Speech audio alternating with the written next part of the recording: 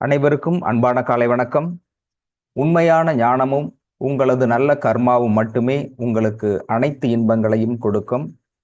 கடவுள் அன்புமயமானவர், ஆனால் கர்ம விதிகளுக்கு உட்பட்டு செயல்படுபவர். டாக்டர் இளங்கோ, இறைத்தூதர். மீண்டும் வணக்கம். அதாவது கடந்த 3 நாட்களாக நாம் கந்த சஷ்டி கவசத்தை பற்றி பார்த்து வருகிறோம். அதனுடைய உண்மையான ஆன்மீக தத்துவம், ஆன்மீக விளக்கம் என்ன என்பதை பற்றி டாக்டர் அவர்கள் ரொம்ப தெளிவாக சொல்லிட்டு இருக்காங்க. இது எப்படி புரிஞ்சுக்கிறது அப்படின்னாக்க, எல்லாருமே பெரும்பாலானவர்கள் கந்த சஷ்டி கேட்டிருப்பாங்க. சிலர் காலையில் எழுந்தவுடன் கந்த சஷ்டி கேட்பதும், மாலை வேலை 5 மணியிலிருந்து 6 மணிக்குள்ள கட்டாயமாக கேட்பாங்க. ஆனால் இந்த கந்த சஷ்டி கேட்கும் பொழுது அதுல பொருள் உணர்ந்து கேட்குறாங்களா அப்படின்னா பெரும்பாலும் இல்லை. அது கேட்கறதும் கஷ்டம்தான். ஏன்னாக்க இப்போ டைரக்டா கேட்கறதுன்னு இருக்கு. அது எல்லாமே சீரிசை யாப்பிலக்கத்தின் அடிப்படையில் சீர் இசையா இசை சீரா பிரிச்சிருப்பாங்க.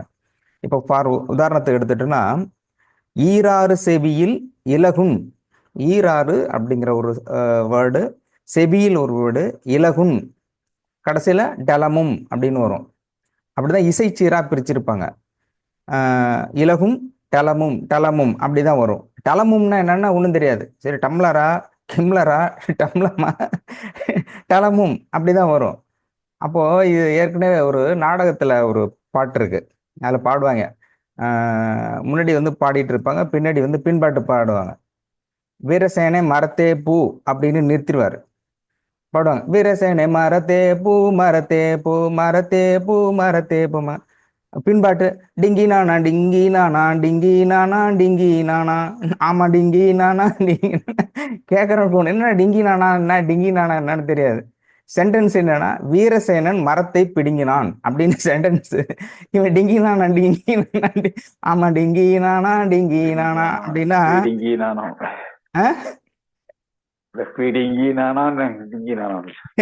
ஆமா பிடிங்கினான இசைச்சீர்ல வராது. தனநானா தனநானா கட்டு வரும்.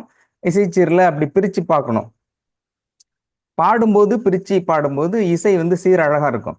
அப்ப பொருள் கேட்கும் பொழுது சேர்த்து கேட்கணும். இப்ப இதுல அதேதான், ஈராறு செவில் இலகும் டலமும்னு. டலமும்னு என்ன, சரி அது ஏதாவது ஓடட்டும் கேட்டுக்கிட்டு இருப்பாங்க. அப்போ அதை புரிந்து கொள்ளுதல் இருக்கு இல்லையா? அப்ப முழுமையாக ஃபர்ஸ்ட் முதல்ல இந்த கந்த சஷ்டி கவசத்தை கேட்கும் பொழுது அது என்ன பொருள் இருக்குது. அவ ஈராறு செவில் இலகும் குண்டலமும், இலகுவான குண்டலம் அப்படின்னு அந்த இசை சீரை பிரித்து அதனுடைய பொருளை உணர வேண்டும். அப்போ பேசிக்கா ஒரு முறை முழுமையா அந்த பொருளை உணர்ந்து விட்டால் அடுத்தது எந்த சீர் இருந்தாலும் சரி இதுதான் சொல்றாங்க அப்படின்னு கேட்டுக்கொள்ள முடியும். அப்போ இதுல முக்கியமான விஷயம் தெரிந்து கொள்ள வேண்டியது, இசைச்சீர். இசைச்சீர்ங்கிறது ஒன்று, அதனுடைய ஆழமான அர்த்தங்கள் முழுமையாக டாக்டர் சொல்லிட்டு இருக்காங்க.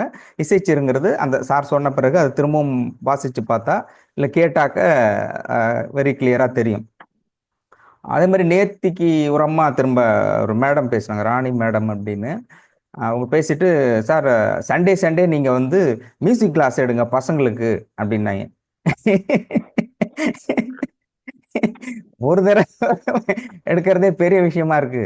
என்னன்னா, அப்ப எனக்கு மியூசிக் தெரியும், உங்களுக்கு எப்படி தெரியும் அப்படின்னா, அதுதான் நீங்க நல்லா பாடுறீங்களே அப்படின்னாங்க.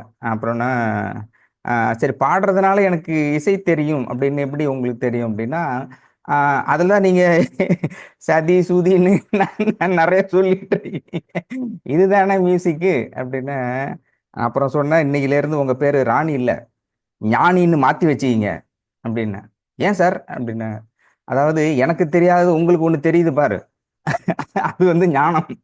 ஞானின்னா என்ன, மற்றவர்களுக்கு தெரியாதை தெரிந்து வைத்து போற ஞானி. அதனால இது இசைங்கிறது எனக்கே தெரியாது, நான் ஓட்டிட்டு இருக்கேன். ஆனா அது உங்களுக்கு தெரிஞ்சது எனக்கும் தெரிஞ்சிருக்குன்னு தெரிஞ்சிருக்கு பாருங்க. எனக்கு தெரியாத ஒன்று உங்களுக்கு தெரிஞ்சதால் நீங்கள் ஒரு ஞானி அப்படின்னு. பட் ரியாலிட்டி என்னன்னா, நான் முறைப்படி இசை சங்கீதம் பயின்றவன். எப்போ சங்கீதம், மேடம் கவிதா மேடம் திரும்ப கேட்டாங்க அந்த பயணத்தை பத்தி அன்னைக்கு கேட்டிருந்தாங்க. இசை பயணம்ங்கிறது இசையாக விருப்பம் இருந்தால் கூட அதை கற்றுக்கொள்ள வேண்டிய சூழல் இல்லை. ஆனாலும் கூட சவால் இருந்தது. எனக்கு வந்து ஒரு சவால், இசை வந்து கற்றுக்கொள்ள வேண்டும், கற்றே ஆக வேண்டும், கற்றுக்கொள்ள வேண்டும் இல்லை, கற்றே ஆக வேண்டும்ங்கிறத சவால் இருந்தது. சவால் அப்படின்னாக்க நமக்கு சும்மாவே சுருன்னு இருப்போம்.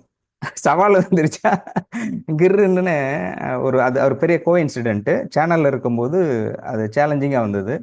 அப்போ அந்த சேலஞ்சிங்காக நான் சங்கீதம் பயின்றேன், முறைப்படி சங்கீதம் பயின்றேன். அதனால தான் இந்த யாப்பிலக்கணத்தின் அடிப்படையில் இசைச்சீர் பிரிக்கிறதும்,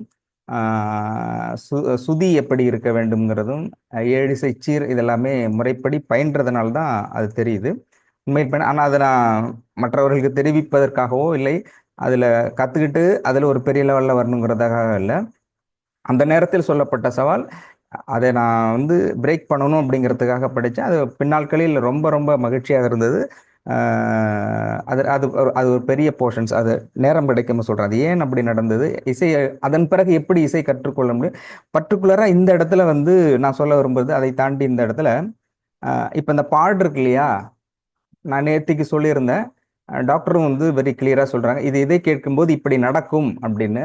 இசை வந்து எப்படி மருத்துவமாக மாறுகிறது, இசை இப்போ ஒரு டேப்லெட் சாப்பிட்டா என்ன கியூரபிள் கிடைக்குதோ அதை இந்த இசை கேட்கின்ற பொழுது கிடைக்கிறது அப்படின்னா அது எப்படி, அபிட் possible, basic prove of the science, medical science பிரகாரம் அது எப்படி நடக்குது அப்படின்னா, ஸோ அதுக்கான அந்தந்த ஃபார்முலா எப்படி மெடிக்கல் ரீதியாக இது மருந்தாக மாற்றப்படுகிறது, ஃப்ரீக்குவன்சி அப்படிங்கிறத சொல்கிறேன்.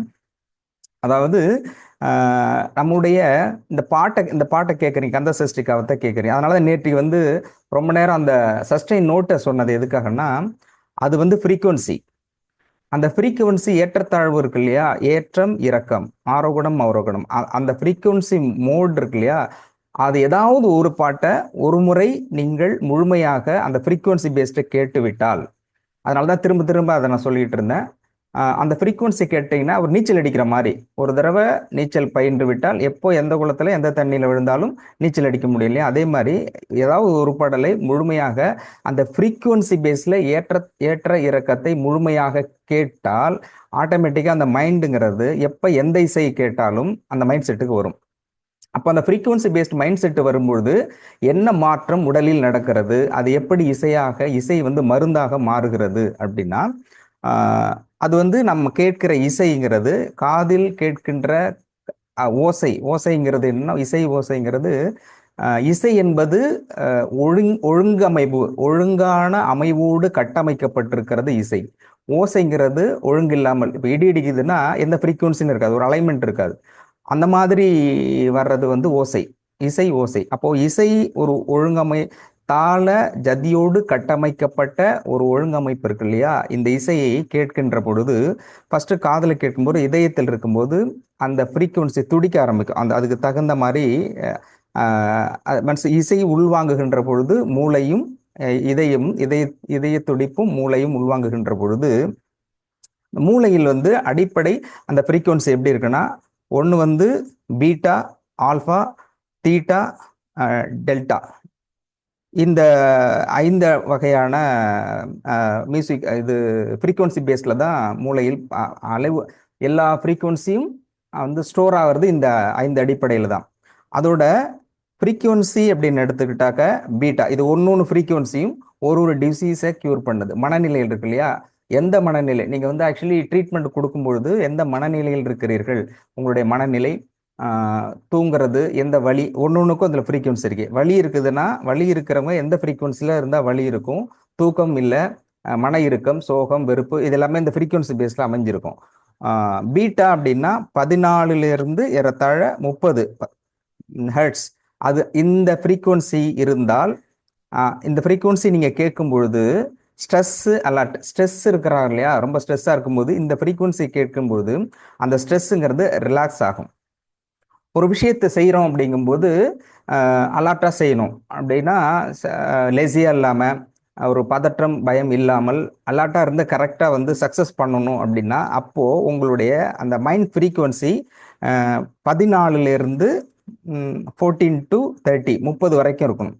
இந்த ஃப்ரீக்குவன்சி பேஸ்ட் அப்படிங்கிறது பீட்டா பீட்டா ஃப்ரீக்குவன்சி அப்படின்னு பேரு. அந்த அலைவு, அந்த ஃப்ரீக்குவன்சி. ஆல்ஃபா அப்படின்னா 6லிருந்து 13. இது வந்து ரிலாக்ஸேஷன், இது வந்து ரிலாக்ஸ் ஆகிறது. அது ஸ்ட்ரெஸ்ஸு. ஸ்ட்ரெஸ் வந்து பர்டிகுலர்லி பி ரிலாக்ஸாக இருக்கிறது. இது தீட்டா தீட்டா ஃப்ரீக்குவன்சிங்கிறது 4 to 7.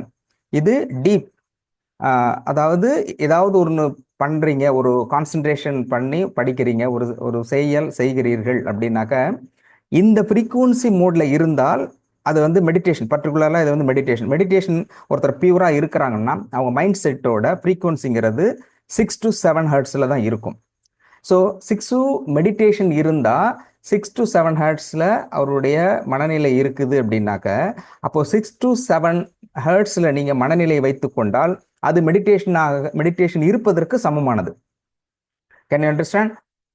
இது புரியுதா? Right, okay.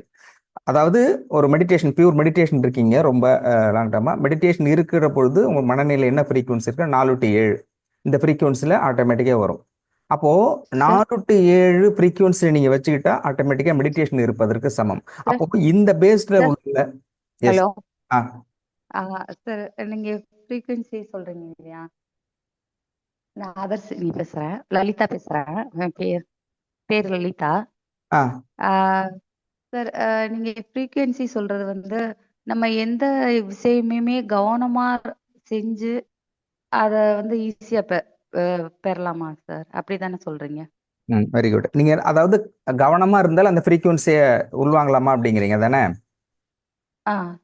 கரெக்டா நான் கேட்கறது?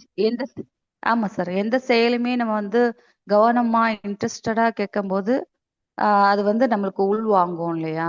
இப்ப நம்ம நீங்க ஆக்சுவலா நான் 2 தடவை 3 தடவை அட்டன் பண்ணும்போது என்ன செஞ்சேன்னா, இப்ப ஃப்ரீயா கேட்கும் போது அதோட ஃபுல்லா மூமெண்ட் எனக்கு உள்ள போகுது. இல்ல சப்போஸ் நம்ம வேலை செஞ்சுட்டோ இல்ல வேற ஏதாவது செஞ்சுட்டோ பண்ணும்போது அது பாதியா தான் இருக்கு. அது பாதிதான் உள்வாங்க முடியுதே தவிர பாதி வந்து ஓகே அப்படின்ற மாதிரி போயிருது. இப்ப வந்து நான் எந்த வேலையுமே செய்யாம உங்ககிட்ட நான் கேட்கும் போது ஃபுல் மைண்டோட இருக்கும்போது ரொம்ப ரிலாக்ஸ் ஆயிருது. Okay, okay. ஆன்சர் நீங்களே சொல்லிட்டீங்க. இது கேள்வி இல்ல, இது ஆன்சர். இது பதில், இது கரெக்ட். அப்ப நீங்களே சொல்லிட்டீங்க. அப்ப நான் கேள்வி கேட்கட்டுமா? இப்ப பதில் சரி, வேண்டாம். ஓகே, அது வந்து நீங்க சொன்னது ரொம்ப exactly correct. Right, exactly right. அதாவது இந்த ஃப்ரீக்வன்சி இருக்கா, இது ஃபுல்லாவே நோட்டு முழுமையா நான் சொன்னேன்னா ரொம்ப ஃப்ரீக்வன்சி கிளாஸ் மாதிரி போயிடும். பட் பேசிக்கா தெரிஞ்சுக்கலாம். நீங்க சொன்னது பேஸ் 100%, அதுதான் பேஸ், அடிப்படை. அதுதான் ஒரு விஷயத்தை வேலை செய்யறீங்க சொன்னீங்க இல்லையா? இப்ப நான் கேட்கிற அந்த பாடல் கேட்கிறேன் அப்படிங்கிற முழுமையாக அதை மட்டுமே கவனித்து, கவனம்ங்கிறது ரொம்ப முக்கியம்.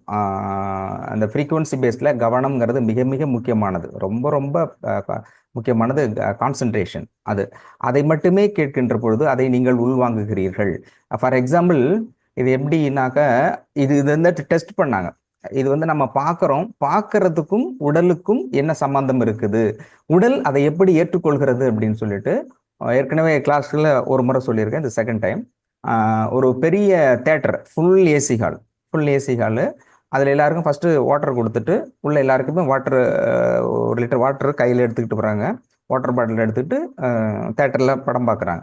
அந்த படம் வந்து எதை பற்றினா, டெசர்ட், ஒரு பாலைவனத்தில் ஒருத்தர் வந்து தண்ணி இல்லாமல் ரொம்ப ட்ரையாக கஷ்டப்பட்டு போகிற சீக்வன்சி படம். ஏறத்தாழ ஒரு 15 நிமிடம் ஒரு குறும்படம் தான் அது. குறும்படம் போகும்போது 15, 20, 20 half an hour, I think so, time தெரியல. அந்த குறும்படம் போடுது. எல்லாருமே உட்கார வச்சு போகும்போது அவர் ரொம்ப ஃபாஸ்ட்டாக போயிட்டு இருக்கிறாரு. கொஞ்சம் ஒரு 2 நிமிஷம் 3 நிமிஷம் விடும். அப்புறம் வந்து ரொம்ப வறண்ட நிலை. அவர் ஆக்டிங் வந்து எக்ஸ்ட்ராடினரியாக இருக்கும். ஆக்டிங்கிறது ரொம்ப பயங்கரமாக இருக்கும். அந்த உடம்பு ஃபுல்லாக காஞ்சிருக்கும். அந்த இடம் ஃபுல்லாக பாலைவனத்தில் சுற்றி வெயில் அவ்வளோ அடி அடிக்கும். ஒரு டிராப்ஸ் கூட இருக்காது. அப்படியே உடம்பெல்லாம் ட்ரையாக இருக்கும். நாக்கு காட்டினா அப்படியே வறண்டு இருக்கும். அப்படியே வெடிச்சு போகிற மாதிரி நாக்கு இருக்கும். மேலே கீழே எந்த இடத்துலையும் தண்ணி இருக்காது. வாயை திறக்கும் பொழுது அந்த எச்சில் இருக்குல்ல, அந்த ஒரு பிசிறு மாதிரி இருக்கு இல்லையா, அது மட்டும்தான் இருக்கும்.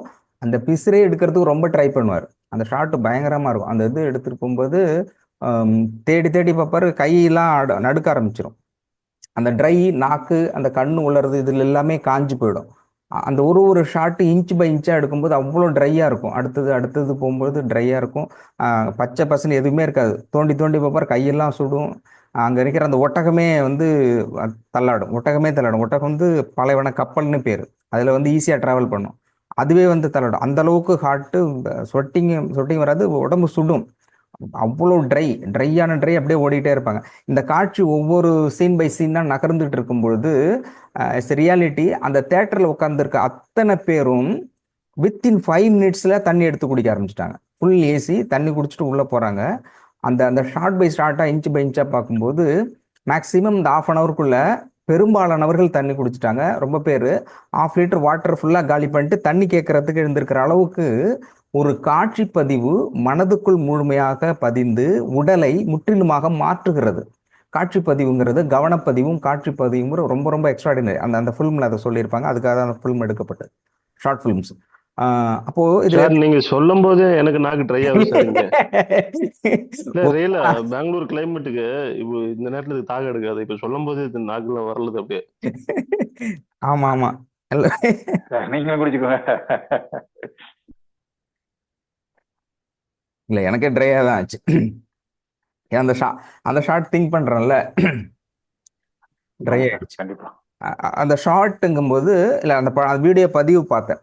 அந்த பதிவு பார்க்கும்பொழுது 1/2 ஹவருக்குள்ள தண்ணி குடிக்காமவே நீங்க ரீச் பண்ண முடியாது. அது முழுமையாக அட்டென்ஷன்ல ஃபுல்லாக வேற எதுவுமே அதையுமே பார்க்கும் பொழுது நீங்கள் எந்த காட்சி பதிவை பார்க்கிறீர்களோ, நீங்கள் எதை பார்க்கிறீர்களோ அதுவாகவே மாறுகிறீர்கள் அப்படிங்கிறதுக்கான உதாரணம் அது. அப்போ கவனம், concentration is more important than that even the meditation. Meditation என்பது எதற்காகன்றா கவனமாக இருக்கிறது, கவனத்தை சிதற விடாமல் ஒருநிலைப்படுத்துது தான் மெடிடேஷன் அப்படிங்கிறதுன்னு சொல்றோம்.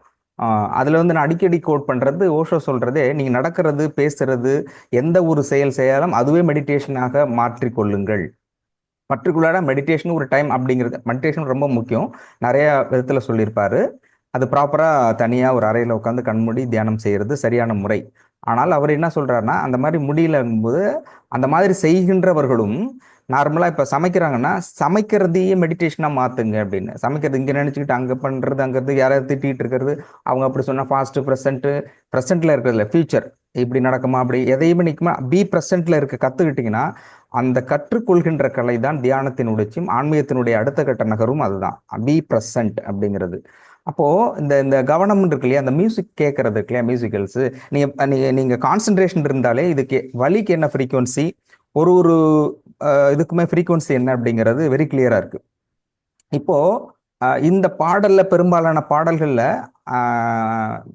பாடல் ஏற்றக்கூடியவர்கள் அல்ல மியூசிக் டைரக்டர் அதை தெரிந்து பண்ணாலும் தெரியாமல் பண்ணாலும் எல்லாமே ஒரு ஜதி கட்டமைப்பில், ஒரு தாள கட்டமைப்பில் இருக்கின்ற பொழுது அதை கரெக்டா கான்சென்ட்ரேட் பண்ணி கேட்குறீங்க. பர்டிகுலரா செலக்டட் சாங்ஸ் இருக்கு. இப்போ இந்த சாங்ஸ், கந்த சஷ்டி சாங்ஸ் இருக்கு இல்லையா, இது வந்து நிச்சயமாக முழு கவனத்தோடு, இப்போ ஏற்கனவே டாக்டர் சொல்லியிருக்காங்க, அந்த அர்த்தம் புரிஞ்சிடும்.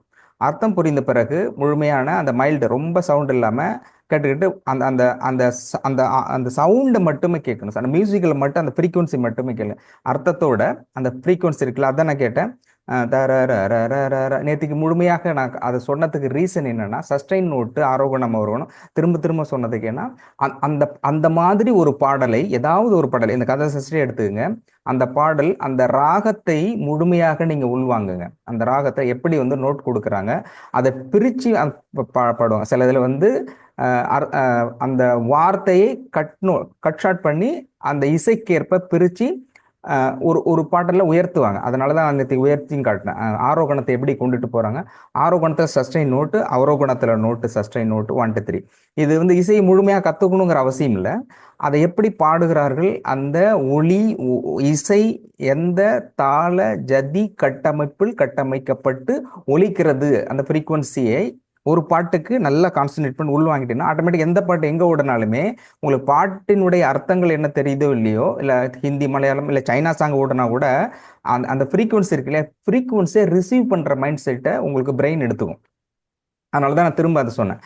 அந்த நீங்க ஃப்ரீக்வன்சி அந்த மாதிரி எடுத்துக்கொள்ள முடிந்தால் அந்த இசை என்பதே உங்களுக்கு மருத்துவம் மாறும். உங்களுடைய பேசிக் அதை எப்படி கொண்டுகிட்டு போகுது அப்படின்னா அது தனி சயின்ஸ். அது ஆக்சுவலி நம்ம கேட்கிற இசை இந்த இசை கேட்கும் இல்லையா, அந்த ஃப்ரீக்குவன்சிங்கிறது எப்படி வந்து கன்வெர்ட் ஆகுதுன்னா, அதாவது இதில் எப்படி சொல்கிறாங்க, அந்த மியூசிக்கல்ஸ் நேற்று ஏற்கனவே பண்ணியிருந்தேன், பட் திரும்ப வந்து update musical notes, musical therapy அப்படின்னு இருக்கு. மியூசிக்கல் தெராப்பியில் அந்த ஃப்ரீக்குவன்சி எப்படி எடுத்து டிசீஸை க்யூர் பண்ணுறாங்க அப்படிங்கிறது.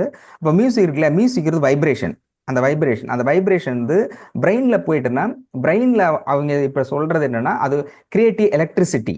நம்ம கேட்குற சாப்பிடும்போது நம்ம ரைட்டு, யார், முத்துக்குமார் சார், எஸ், ஆமாம், சாப்பிடும்போது கான்சன்ட்ரேஷன் ரொம்ப முக்கியம். ஆமாம், சாப்பிடும்போது நீங்கள் எதை, அதாவது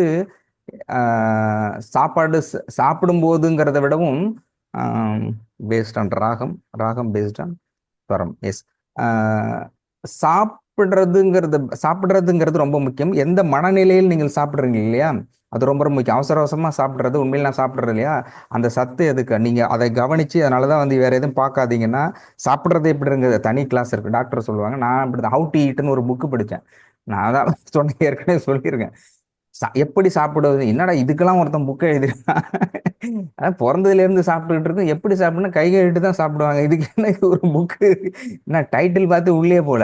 அதுக்கப்புறம் பார்த்தா சாப்பிட்றதுக்கு முன்னாடி எப்படி இருக்கணும், சாப்பிடும்போது எப்படி இருக்கணும், அப்படி சாப்பிடுகின்ற பொழுது அந்த உணவு எப்படி வந்து சத்தாக மாற்றப்படுகிறதுங்கிறத இருக்கு இல்லையா, அது ரொம்ப ஆச்சரியமா போயிடுச்சு. அது ஒரு பெரிய தத்துவம் மாதிரி ஆயிடுச்சு. ஹவு டு சாப்பிடுவது எப்படின்னா ஒரு தத்துவம் மாதிரி இருக்கு. அது தனி நோட். இப்போ இதுல வந்து அந்த கேட்கின்ற பொழுது ஒரு ஒரு ஃப்ரீக்குவன்சி உள்ள போகுது இல்லையா, அந்த கேட்கின்ற பொழுது மியூசிக்கல்ஸ் அதை உள்வாங்குகின்ற பொழுது அது மாதிரி ஹார்ட் பீட்டுங்கும் போது, ஹார்ட் பீட் அந்த மூவிங்கிறது ஆக்சுவலி மின்சாரம் எப்படி எடுக்கிறோன்னா நிறைய வகையில் எடுக்கப்படுகிறது. புனல் மின்சாரம், நீர் மின்சாரம் எடுக்கிறது அப்படின்னா அதனுடைய ஃப்ளோ எந்த அளவுக்கு ஓட்டம் இருக்கோ அதுக்கு தகுந்த மாதிரி மின்சாரம் எடுக்கப்படுகிறது. இப்போ இதயத்தில் ரத்தம் ஓடுது இல்லையா, இதயத்திலிருந்து ரத்த ஓட்டம் செல்கின்ற பொழுது இதனுடைய வேகத்தின் அடிப்படையில் மைல்டா அது ஒரு எலக்ட்ரிசிட்டி நம்ம உடம்புல ஃபார்ம் ஆகுது. ஸோ பிரெயின்ல போகுது. இப்போ நம்ம கேட்கின்ற ஃப்ரீக்குவன்சிங்கிறது உடலில் வெரி கிளியரா சொல்றாங்க, மேக்கிய எலக்ட்ரிசிட்டி, இந்த வைப்ரேஷன் மேக்கிய எலக்ட்ரிசிட்டியா மாறுது. ஒரு வகை ஆற்றல் இன்னொரு வகையை மாற்றப்படுகிறது. இந்த எலக்ட்ரிசிட்டி இருக்கு இல்லையா, மின் அதிர்வுகள் கிளியராகவும் சொல்றான், is directly attack to the person. இது வந்து இந்த இருக்கு இல்லையா, ஒரு பர்சனை கூட நேரடியாக தாக்கக்கூடிய அளவிற்கு இந்த எலக்ட்ரிசிட்டி பவர் நம்ம உடம்புல இந்த கேட்கிற இசை அல்லது ஏதோ ஒன்று உள்வாங்குகிறது, ரத்த ஓட்டத்தின் மூலமாக கிரியேட் ஆகி பிரெயின்ல போய் இருக்கிற அந்த எலக்ட்ரிசிட்டி என்ன நினைக்கிறீங்களோ அந்த எலக்ட்ரிசிட்டிங்கிறது இப்போ நேரடியா ஒரு ஒயரை தூக்கி போட்டால் என்ன அடிக்குமோ அந்த அளவுக்கு அந்த ஃப்ரீக்குவன்சி, அந்த எலக்ட்ரிசிட்டி, பிரெயின் எலக்ட்ரிசிட்டி அட்டாக் பண்ண முடியும் அப்படின்னு அதுல வந்து கிளியரா சொல்றாங்க. Directly attack to the person அப்படிங்கும்போது அடுத்தது அவங்க சொல்றாங்க, இது எந்தெந்த மாதிரி எந்தெந்த இதுக்கு எப்படி எப்படிலாம் ஃப்ரீக்குவன்சி மாறுதுன்னா, இசையின் மகத்துவம் பிரெயின்ல இருந்து அந்த எலக்ட்ரிசிட்டி நர்வ்ஸ்ல எப்படி கடத்தப்படுகிறதுனா, பிரெயின்ல இருக்க உணர்ச்சிகள் எமோஷனலிட்டிக்கா இருக்கும் இல்லையா, அந்த எமோஷனலிட்டிக்கை கண்ட்ரோல் பண்றது அப்படின்னாக்க அது எந்த பகுதினா அம்ஜிடலா அப்படிங்கிற பிரெயின்ல ஒரு பகுதி, அது வந்து நம்முடைய எமோஷனலிட்டிக்கை கட்டுப்படுத்து, அதிகப்படுத்துறது, குறைக்கிறது தான். இந்த இசையை நீங்க கேட்குறீங்க, அந்த கேட்கின்ற இசையை அந்த ஃப்ரீக்குவன்சியோடு கவனத்தோடு உணர்ந்து நீங்கள் கேட்டால், உணர்ச்சி வசப்படுதல்ங்கிறது இசையை முழுமையாக உணர்ந்து கேட்பவர்கள் அந்த டயத்துல உணர்ச்சி வசப்பட மாட்டார்கள் அப்படின்னு. நீங்க உடனே இளையராஜா விட்டு போயிடக்கூடாது, அவரு மியூசிக் போடுறாரு எமோஷனலிட்டிக்கு ஆகிறாரு அப்படிங்கிறதுனா, so calm people once any one of the times is create a emotionalitic. எப்போதுமே காமனா இருக்கிறவங்க ஏதாவது ஒருத்தர் எமோஷனலிட்டிக் ஆவாங்க. அதாவது ஒரு நாணயத்தின் இரு பகுதிங்கும் போது, ஏன்னா ஞானிகள் வந்து நெடுங்காலம் தவம் இருப்பாங்க, ரொம்ப அமைதியா இருப்பாங்க, யார்கிட்டையுமே பேச மாட்டாங்க. அப்போ ஏதாவது நீங்கள் சொல்லும்போது ஒரு டக்கத்தில் ஃப்ராக்ஷன் ஆஃப் செகண்ட்ல வந்து ரொம்ப வைப்ரேட் ஆகிடுவாங்க. அதை நான் கொக்கனை நினைத்திருக்கோம். அந்த கொங்கண சித்தர் வந்து கோபத்தில் பார்த்து கொக்கையை எரிச்சார் இல்லையா, அது நார்மல் தான், இருந்தாலும் கோவப்படுறாருன்னா ரொம்ப அமைதியாக ரொம்ப நல்லவனா இருக்க முடியாது, எமோஷனல் ஆகிடுவாங்க. அதுங்கிறது அது பேலன்ஸ்டாக இருக்கும். அந்த எமோஷனலிட்டிக்கு அடக்கி வைக்கப்பட்ட, அதனால தான் எமோஷனலிட்டிக்கு சம்டைம்ஸ் வந்து நீங்கள் வந்து ஷேர் பண்ணிக்கிங்க அப்படிங்கிறது என்னன்னா, அடக்கி வைக்கப்பட்ட கோபம் மற்றொரு வகையில் வெறுப்பாகவோ வேகமாகவோ இன்னொரு வகையில் வெளிப்பட்டே தீரும். அப்போ அதை ரிலாக்ஸ் பண்ணுங்கும்போது அந்த கோபத்தை உணர்ந்து அதை நீங்கள் சமன்படுத்திடணும், சரி இதான் பரவாயில்ல அப்படின்னு. பட் ஏதோ ஒரு கோபத்தை நீங்கள் உள்ளே வச்சுருந்தீங்கன்னா நீங்கள் மறந்துடுவீங்க, அது வந்து வேலை பார்த்துக்கிட்டே இருக்கும். யார்கிட்டயாவது பொங்கி எழுந்துரும். அதனாலதான் ஹஸ்பண்ட் ஒய்ஃபுக்குள்ள மேக்சிமம் இருக்கிறது சம்மந்தம் இல்லாம திட்டுவாங்க. நல்லா தானே இருந்தாரு இவங்க இருப்பாங்க. அந்த அப்படி நினைச்சுக்கிட்டு இருக்கோம். இருந்தாலும் அப்ப எப்ப பார்த்தாலும் இது அப்படிதான் போல இருக்கு அப்படின்னு ஒரு கட்டத்துல முடிவு வந்துடுறாங்க. அது எப்படின்னா அது அந்த சூழலில் ஏற்பட்ட கோபத்தை வெளிப்பாடு அல்ல. அந்த சூழலில் ஏற்படும் வெளிப்பாடு அல்ல. எப்போவோ செஞ்சிருந்தா அப்ப சொல்ல முடியாம இருக்கும். அதுல மாமனார் எல்லாம் வந்திருப்பாங்க. மாமனார் சொல்லிருப்பார், எங்க பொண்ணு ரொம்ப நல்லவங்க, ரொம்ப தங்கமா பொண்ணு அப்படின்னு இருப்பார். அவர் கோபம் கொதிச்சுக்கிட்டு இருக்கும். அந்த நேரத்துல காட்ட முடியாது இல்லையா, அது அப்படியே இருக்கும். எப்பயாவது ஒரு தடவை இந்த அம்மா ஏதாவது சாப்பாடு கொடுக்கும்போது அது இவருக்கே தெரியாது, என்னத்த செஞ்சு வச்சிருக்கேன், நல்லா தானே செஞ்சு வச்சிருக்கேன்னா அந்த கோவம் இங்க ட்ரிகர் ஆகும். சாப்பாடு தூக்கி போடுவாரு. என்ன இந்த மனுஷன் நல்லா வச்சிருக்கும் போது திட்டுறாரு, நல்லா இல்லாமல் சாப்பிட்டு போறாருன்னா ஸோ அது ரியாக்ஷன் ஆகும். அப்போ அவர் சரி சொல்லிட்டு போறாருன்னு அப்பவே மைண்ட்ல ரிலாக்ஸ் பண்ணி விட்டுட்டாருன்னா அது ஈக்குவல் ஆயிடும். ஸோ அடக்கி வைக்கப்பட்ட போகும் கட்டாயமா ஒரு கட்டத்தில் ஏதாவது ஒரு ரூபத்துல யாருக்கிட்டையாவது வெளிப்பட்டே தீரும். அப்போ அந்த எமோஷனலிட்டிக் இருக்கு இல்லையா, அந்த எமோஷனலிட்டிக்ங்கிறது பிரெயின்ல இருக்கிறது சமன்படுத்துது. அடுத்தது நினைவு, திஸ் ரிமெம்பர் மைண்ட் செட் இருக்கு இல்லையா, அந்த படிக்கிறதுக்கும் இசைக்கும் சம்பந்தம் உண்டு. ரொம்ப பேர் எனக்கு தெரியாமலே நான் படிச்சது மியூசிக் பேஸ்ல தான் படிப்பேன். பாட்டு மைல்டா ஓட்டிருக்கும், அடுத்தவங்க காதுக்கே கேட்காது. அந்த சாங் மட்டும் ஓடும், கேட்டுக்கிட்டு இருப்பேன், படிப்பேன். ஸோ இதில் எனக்கு கான்சன்ட்ரேஷன் படிக்கும்போது லெசனில் ரொம்ப கான்சன்ட்ரேட்னா அது எனக்கு மறந்துடும், இதுலேயே போயிட்டு இருப்பேன். இது ரொம்ப போர் அடிச்சுன்னா ஆட்டோமேட்டிக்காக அது கேட்க ஆரம்பிச்சிடும். ஒன்ஸ் பேலன்ஸாகவே இருக்கும். பாட்டு கேட்டதுன்னா இது எனக்கு புரியலன்னு அர்த்தம். அப்போ திரும்ப ரீநோட் எடுத்து படிச்சுட்டு இருப்பேன். இது படிச்சும்போது என்ன பாட்டு ஓடுனே தெரியாது. பட் சம்டைம்ஸ் பாட்டு ஓடிட்டே கேட்பேன். அப்புறம் ஒரு கட்டத்தில் பாட்டு ஓடினா தான் படிக்கவே முடிங்கிற மாதிரி ஆயிடுச்சு.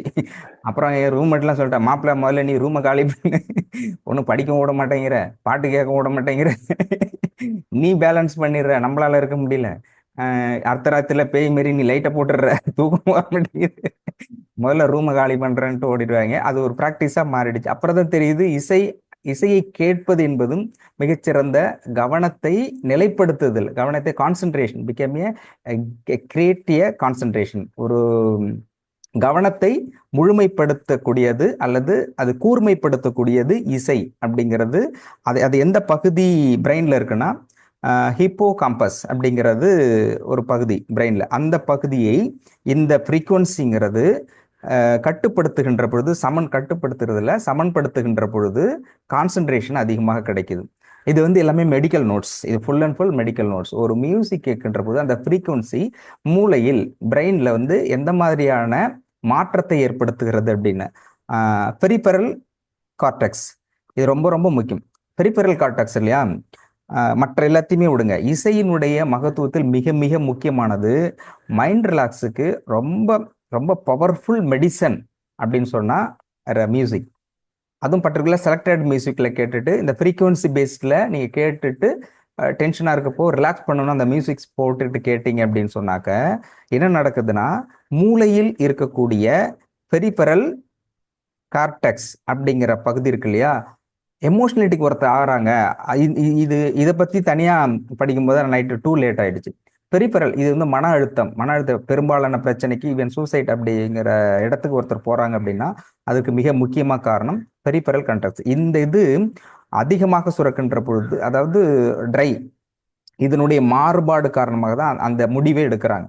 இது கரெக்டா இருக்கும் பொழுது முடிவுங்கிறது மிக தெளிவாக இருக்கும். மன அழுத்தத்துக்கு மிக முக்கியமான அடிப்படையான காரணம் மூளையில் இருக்கக்கூடிய அந்த பகுதினா பெரிபெரல் கார்டெக்ஸ். இந்த பகுதி ரொம்ப ரொம்ப முக்கியமானது. இந்த பெரிபெரல் கார்டெக்ஸ் பகுதியை சமன்படுத்தக்கூடியதில் முதன்மையாக இருப்பது மியூசிக்ல அந்த ஃப்ரீக்குவன்சி இல்லையா, ஃப்ரீக்குவன்சி மோஸ்ட் இம்பார்ட்டன்ட். அதெல்லாம் திரும்ப நேற்று பலமுறை அந்த இதை ரிப்பீட்டிங்ல கொடுத்துக்கிட்டே இருந்து காரணம் அந்த சஸ்டைன்வுட் ஆரோகணம். அந்த ஆரோகணத்துல அவங்க எப்படி, நீங்க கருத்துல விட்டுருங்க. ஃபர்ஸ்ட் பாட்டை கேட்கும்போது என்ன சொல்லியிருக்காங்க அப்படின்னு கேட்டுக்கோங்க. செகண்ட் எந்த ஒரு சாங்கும் கேட்கும்போது அந்த என்ன நோட்ல பாடுறாங்க, அப்ப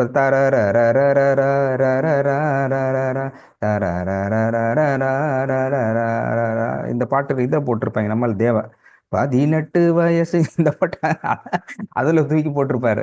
அந்த பாட்டு இது கேட்கும்போது அது வந்துடும். ஆனா அது வரக்கூடாது. இந்த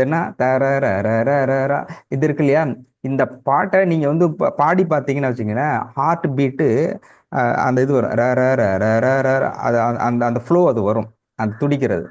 அப்போ இந்த இந்த மன அழுத்தத்திலிருந்து தப்பித்து மனதை ஒருநிலைப்படுத்தி நாம் செய்கின்ற செயலை சிறப்பாக செய்ய வேண்டுமேயானால் இந்த ஃப்ரீக்குவன்சியில் உங்கள் மைண்ட் செட்டில் ஓடக்கூடிய மியூசிக்கை நீங்கள் கேட்டிங்கன்னா மைண்ட் செட்டு பக்காவாக இருக்கும் அப்படிங்கிறது மெடிக்கல் நோட்டு. இது வந்து பிரெயின் அண்ட் நர்வ்ஸ் இன்னும் நிறைய இருக்குது. இதில் டீப் செக்ஷனாக போயிட்டே இருக்கும். அது எப்படி பண்ணுறது? இப்போ சப்போஸ் உண்மையிலேயே ரொம்ப ஸ்ட்ரெஸ்ஸாக இருக்காங்க, வேறு வழியில் ஒருத்தர் திட்டாரு, ஆஃபீஸில் மேனேஜர் திட்டாரு, இல்லை ஒய்ஃப் திட்டாங்க, இல்லை ஹஸ்பண்ட் ஒய்ஃபுக்குள்ள ஏதோ ஒரு இன்டென்ஷன், இந்த அந்த அந்த நகர்வு இருக்கு இல்லையா, ரொம்ப பிரச்சனை எந்த இடத்துக்குன்னா நிச்சயமாக எல்லாருமே அந்த இடத்த தாண்டி வந்துடுவாங்க. டென்ஷனுங்கிறத எமோஷனலி தாண்டி வருவாங்க.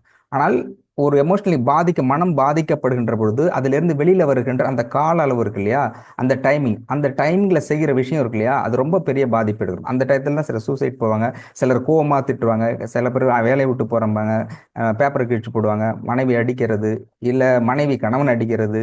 இந்த மாதிரி டைமிங்கிறது அந்த எமோஷனலிட்டிக்கு கூலாகிற அந்த பீரியடுக்குள்ளே இது நடக்கும். அப்போ முக்கியமாக பிரெயினில் அது நிறைய எக்ஸாம்பிள் சொல்லியிருக்காங்க எப்படி அதை கண்ட்ரோல் பண்ணுறது. அந்த நேரத்தில் போய் அடிச்சுட்டு இருக்கும்போது சாங்லாம் கேட்டுட்டு இருக்க முடியாது. கொஞ்சம் நேரம் சாங் கேட்டு வந்தேன்னா அப்போ முடியாது. அப்போது அந்த சூழலை வந்து சரி கொஞ்சம் பொறுமையாக அடுத்தது பார்த்துக்கலாம், ஒரு 5 மினிட்ஸ்ன்ட்டு ரிலாக்ஸாக அந்த இடத்துக்கு வந்துட்டு மைல்டாக வச்சுட்டு அதை கேட்டுட்டு போகும்போது நீங்கள் கேட்டிங்கன்னா அப்போ அதுக்கு தான் ட்ரைனிங்கிறது ரொம்ப முக்கியம். நேற்று திரும்ப போட்டது அந்த ட்ரைனிங் முக்கியம். இப்போ இந்த மாதிரி எமோஷனல் டைமில் ஒரு 5 மினிட்ஸ் ரிலாக்ஸ் பண்ணோம்னா, ஏற்கனவே இந்த பாடல் ஒரு ஃப்ரீக்வன்சியில் இருக்குது அப்படின்னு அதை கேட்டுட்டு அதை நீங்கள் ரிலாக்ஸ் பண்ணிட்டு இருக்கணும். அந்த பாட்டு கேட்டால் ரிலாக்ஸ் ஆகணும். அந்த மாதிரி கேட்டுக்கிட்டு உங்களுடைய மனதை மூளையை அந்த பாடலுக்கு ஏற்ற இசை வடிவில் நீங்கள் மாறியிருந்தால், உங்கள் மனதை மாற்றி கொண்டிருந்தால், இந்த மாதிரி சுச்சுவேஷன் இருக்கும்பொழுது நீங்கள் உங்களுடைய மனநிலையை மாற்றி ரிலாக்ஸாக வர முடியும். ஸோ இந்த கந்தசஷ்டி கவசம் என்பது எந்த அளவுக்கு மிகச்சிறந்த மருத்துவ குணம் உடையது அப்படிங்கிறதையும் நம்ம இதில் தொடர்ந்து பார்த்துருக்கோம். தொடர்ந்து பார்க்கலாம். சீஃப் டாக்டர் வந்துட்டாங்க, வகுப்பு தொடரும். நன்றி.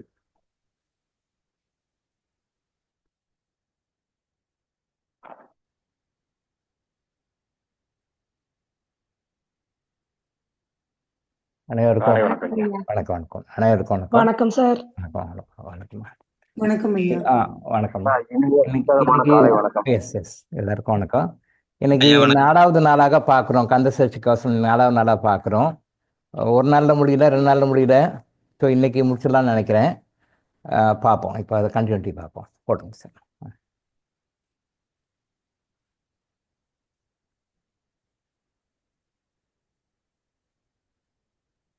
இப்போ முன்னாடி போட்டோ கொடுப்பேன்.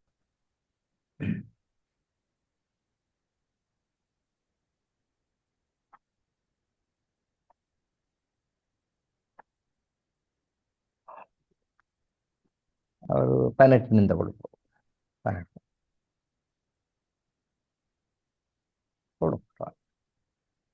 18 முன்னாடி கொடுப்பாரு போல. ஒரு 2 பாயிண்ட் முன்னாடி, இது 19 போட்டிருக்கீங்க, 2 பாயிண்ட் முன்னாடி.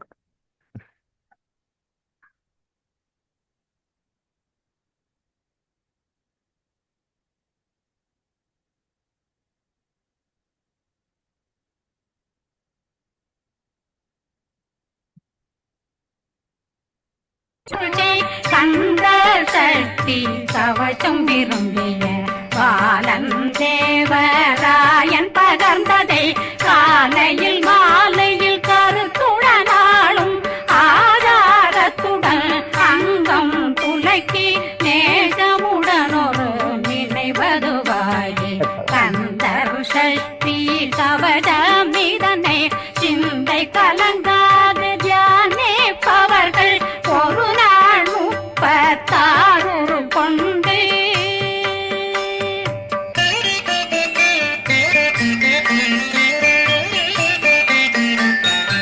ஓதிய ஜபித்து உகந்து நிரணிய அஷ்டதிக்குள்ளோரடங்கலும் வசமாய் திசை மன்னரென்பர் செயலதருளுவர் மாற்றலரெல்லாம் வந்து வணங்குவர் நவகோன் மகிழ்ந்து நன்மையளித்திடும் நவமதனெனவும் நல்லெழில் பெறுவர் எந்த நாளும் மீறட்டா வாழ்வர் கந்தர் கை வேளாங் கவசத்தடியை படியாய் காண மெய்யாய் விளங்கும் விழியார் காண வெறுங்கிடும் கேள்கள் பொல்லாதவரை பொடி பொடியாக்கும் நல்லோர் நினைவில் நடனம் புரியும் சர்வசத்துரு சங்காரத்தடி அறிந்தனருள்ளம் வட்டலட்சுமிகளில் தேரலட்சுமிக்கு விருந்துணவாக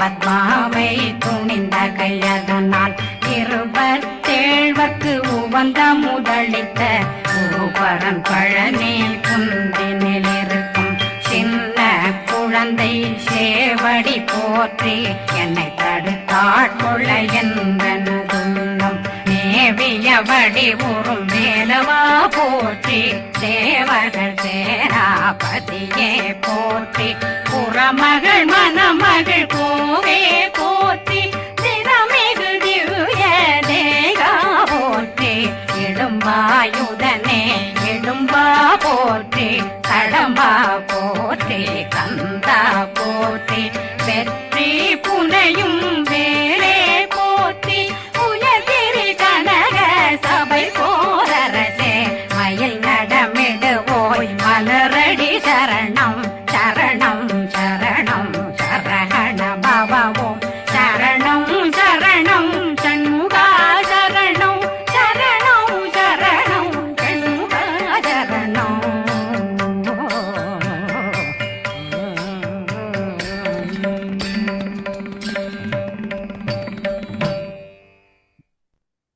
அதாவது தேவர்கள் சேனாபதியே போற்றி.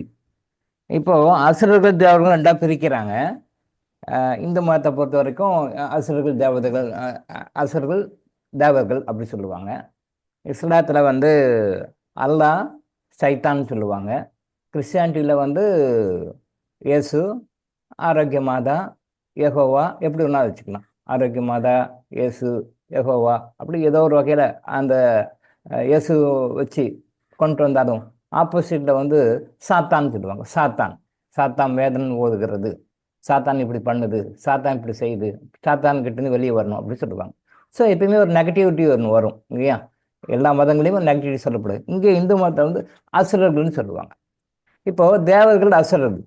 இப்போது மனிதர்கள் நாம் இருக்கிறோம், நாம் அவனை அடிக்கிறான், அவன் நம்மளை அடிக்கிறான், மனிதர்களுக்குள்ள பிரச்சனை வருது, சண்டை வருது, தகராறு வருது. இவன் அவனை கொலை பண்ணுறான், இவனை கொலை பண்ணுறான், இவன் அவனை அடிக்கிறான், அவனை அடிக்கிறான், போரிடுறாங்க இல்லையா? நாடுகளுக்கும் மத்தியில் போர் வருது, மக்களுக்கு மத்தியில் போர் வருது, டிஃப்ரெண்ட் செக்ஷன் ஆஃப் பீப்புள் கிட்ட போர் வருது, அடிச்சுக்கிறாங்க. இப்போ நார்த் இந்தியாவில் கூட 2 குரூப் கிட்ட இப்போ 2 வருஷத்துக்கு முன்னாடி ஸ்டேட்டில் பிரச்சனை வந்தது இல்லையா? நார்த் இந்தியாவில் நடந்தது, உங்களுக்கு தெரியும். அது ஒரு பெரிய கலாட்டாக நடந்தது இந்தியாவில். அது கம்யூனிக்கல், அது ஒன்று அப்படி சொல்லலாம், கம்யூனல் வயலன்ஸ் சொல்லலாம். அது ஒரு கம்யூனிகேஷன் இல்லை, மக்களுக்குள்ள எப்படி ஒருத்தருக்கு ஒருத்தர் அன்பாக பாசமாக இருக்கணும்னு ஒரு பாசிட்டிவ் கம்யூனிகேஷன் இல்லை. அதனால் அது கம்யூனல் வயலன்ஸாக மாறுது. இப்போது தேவர்களுக்கும் அசுரர்களுக்கும் போர் நடக்குது. அப்போது தேவர்களுக்கு ஒரு லீடர் வேணும், அசுரர்களுக்கு ஒரு லீடர் வேணும். அசுரர்களுக்கு ஒரு லீடர் இருக்காங்க, அவங்க சண்டை பிடிச்சிக்கிறாங்க, அப்பப்போ வராங்க, ரைட். தேவர்களுக்கு ஒரு சேனாதிபதி வராரு. ஒரு சேனாதிபதி என்ன தளபதி அவர் தான் வந்து லீடர், மிலிட்ரிக்கு லீடர் அவர் தான். தளபதி சொன்னால் செய்யணும். மிலிட்ரியில் என்ன ரூல், கீழே இருக்கிறவங்கள வந்து என்ன ஏதுன்னா கேட்கக்கூடாது. ஒரு கமாண்டர் சொன்னார்னா என்ன ஏது கேள்விலாம் கேட்கக்கூடாது. பிரிகேடியர் ஆர்டர் போகிறோன்னா ஏன் எதுக்குன்னு கேட்கக்கூடாது. மிலிட்ரி ரூல் அப்படி தான். ஏன் எதுக்கு அப்படின்னு அவனை சுடணும் அவ்வளோதான். அவனை விட்டுறணும், அவனை அடிக்கணும், பாம்பு போடணும், என்ன கேள்விலாம் கேட்கக்கூடாது. அதான் கமிஷனர்னா உத்தரவு போடுறவர். ஒரு கமாண்டர், பிரிகேடியர், நிறைய ரேங்க்ஸ் இருக்குது எல்லாருக்குமே. ஏர்ஃபோர்ஸ்லையும் சரி, நேவிலையும் சரி, தரைப்படையிலையும் சரி, ஆர்மிலையும் சரி, எல்லாத்துலேயும் கமாண்டர் அவர் ஒன்று சொன்னார்னா நோ கொஸ்டின்ஸ். அங்கே பாம்பு போடணும்னா ஏன் போடக்கூடாது, ஏன் போடணும், ரீசர்ச் எல்லாம் பண்ணக்கூடாது. அங்கே கிராஸ் டாக்லாம் சொல்லக்கூடாது, அட்வைஸ் ஐடியாலாம் சொல்லக்கூடாது. அவர் போடணும், பெரியங்களை ஷூட் பண்ணால் பண்ணணும், அவனை ஷூட் ஃபயர் பண்ணால் பண்ணணும், என்ன ஏன்னு கேட்கக்கூடாது. That is military role. அதே மாதிரி சேனாதிபதி வந்து முருகர். இந்த தேவர்களுக்கு வந்து சேனாதிபதியாக முருகரை கொண்டு வராங்க. முருகர் அவர் தான் வந்து supreme commander of the military. அப்போ சேனாதிபதி அந்த தேவர்களுடைய சேனாதிபதி. அப்போ தேவர்களுடைய சேனாதிபதியாக இருக்கிற முருகர், அப்போ போரிடுறது வந்து எதை போரிடுறாங்க? அசுரர்களை எதிர்த்து போரிடுறாங்க. அசுரர்களை எதிர்த்து போரிடுறாங்க. அசுரர்களை எதிர்த்து போரிடுகின்ற ஒரு தேவர்களுடைய அமைப்புக்கு இவர் சேனாதிபதியாக இருக்கிறார், தளபதியாக இருக்கிறார். அப்போ எதை எதிர்த்து போராடுறாங்க? அசுரர்களை எதிர்த்து போடுறாங்க. நம்ம எல்லாருமே பார்க்குறோம். ஈவன் அந்த இறைவிளக்க பாடல் கூட பார்க்குறோம். கிருஷ்ண பரமாத்மா வந்து அடிக்கிறாரு, கொலை பண்ண வரார். அப்போ யாரு அடிக்கிறாரு, கொலை பண்ண வரார்? அந்த இறைவிளக்க பாடல் கூட அந்த விஷுவலில் பார்க்கலாம், நீங்கள் இமேஜஸ் பார்க்கலாம். அப்போ எல்லா தேவர்களும் அந்த அடிக்கிறாங்க, கொலை பண்ணுறாங்க, கொல்றாங்க. அம்பாள் கொல்றாரு, சிவன் கொல்றாரு, எல்லாருமே முருகனும் கொல்றாரு. இவர் சூப்பர், அவர் எல்லாத்தோட சூப்பராக கொள்வார் இவர். அப்போ ஏன் கொல்றாரு அப்படின்னா, நம்ம நினைக்கிற மாதிரி மனிதர்களை இல்லை, ஒரு உயிர்களை இல்லை. உயிர்களை கொல்ல யாருக்குமே அனுமதி கிடையாது, இறைவனுக்கே அனுமதி கிடையாது. அவர் உயிரை படைக்கிறாரு, ஆனால் இறைவனே கூட கொல்லுவாங்க, எங்கேயும் கொல்ல மாட்டாரு. அசுர குணங்களை தான் கொல்ல வேண்டும். இந்த அசுர குணங்களை கொள்வதுதான் அசுரர்களாக காட்டப்படுகின்றது. பிசாசனுடைய குணங்கள், பிசாசு இல்லை, பிசாசனுடைய குணங்கள், அதை கொல்லுங்க அப்படின்றாங்க. சைத்தானுடைய குணங்கள், அதை கொல்லுங்கன்றாங்க. சைத்தான்னா கை காலை போட்டு ஆடிக்கிட்டு இந்த சூரபத்மனை போட்டு ஆடிட்டு வருவாங்க பார்த்தீங்களா கோயிலில், திருச்செந்தூர், அப்படியெல்லாம் கிடையாது. அதாவது வந்து குணங்கள் வந்து அசுரர்களாக காட்டப்படுகின்றன, உருவகப்படுத்தப்படுகின்றன. அதை நல்லா புரிஞ்சுக்கோங்க, இதை தெளிவாக புரிஞ்சுக்கோங்க. இன்னமும் அந்த காலத்து கதையிலேயே ப்ரீகேஜிலே உட்காந்துக்கிறோம் நம்ம எல்லாரும். எப்போ பிஹெச்டிக்கு வர்றது? ப்ரீகேஜிலே திருப்பி போண்டு வந்துருந்தா எப்போ பிஹெச்டிக்கு வர்றது? பிஹெச்டின்னு ஒன்று இருக்குன்னு தெரியுமா? இருக்கு. பிஹெச்டிக்கு வந்தே ஆகணும், படிச்சே ஆகணும், அது டிகிரி வாங்கியே ஆகணும். அப்போ தான் இறைவனை அடைய முடியும், இறைவனோட கலக்க முடியும். அல்டிமேட் எய்ம் ஆஃப் அவர் லைஃப் இஸ் அதுதான். அதை தவிர வேறு எதுவுமே கிடையாது. வீடு வாங்குறேன், கார் வாங்குறேன், பங்களா வாங்குறேன், நான் பெரிய ஐஏஎஸ் ஆஃபீஸர் ஆக போகிறேன், ஐபிஎஸ் ஆஃபீஸர் ஆக போகிறேன், நான் இப்படி ஆக போகிறேன், அப்படி ஆக போகிறேன், இதெல்லாம் சும்மா, இதெல்லாம் கிராஸ் பண்ண வேண்டிய இடத்துல கிராஸ் பண்ணியே ஆகணும். வருகின்ற வழி அது. நீங்கள் வந்து சென்னையிலேருந்து டெல்லி ட்ரெயினில் போகிறீங்க அப்படின்னு சொன்னால் வழி நிறைய ஸ்டேஷன்ஸ் இருக்குது. ஆனால் இங்கே எங்கே இறங்கணும்? நீங்கள் டெல்லியில் தான் போய் இறங்கணும். சென்னையில் ஆரம்பிச்சிங்கன்னா போய் டெல்லி தான் இறங்கணும். நீங்கள் வச்சுட்டு அங்கங்கே ஸ்டேஷன் நிற்கிறலாம் இறங்கக்கூடாது. நாம் என்ன பண்ணுறோம்? அப்படி இல்லை. டெல்லிக்கு டிக்கெட் எடுத்துக்குவோம், டெல்லிக்கு போகணும், அதுக்காக தான் வர்றோம். டிக்கெட்டு லீவ் போட்டு வீட்டிலலாம் சொல்லிட்டு வரதுனா டெல்லிக்கு தான்.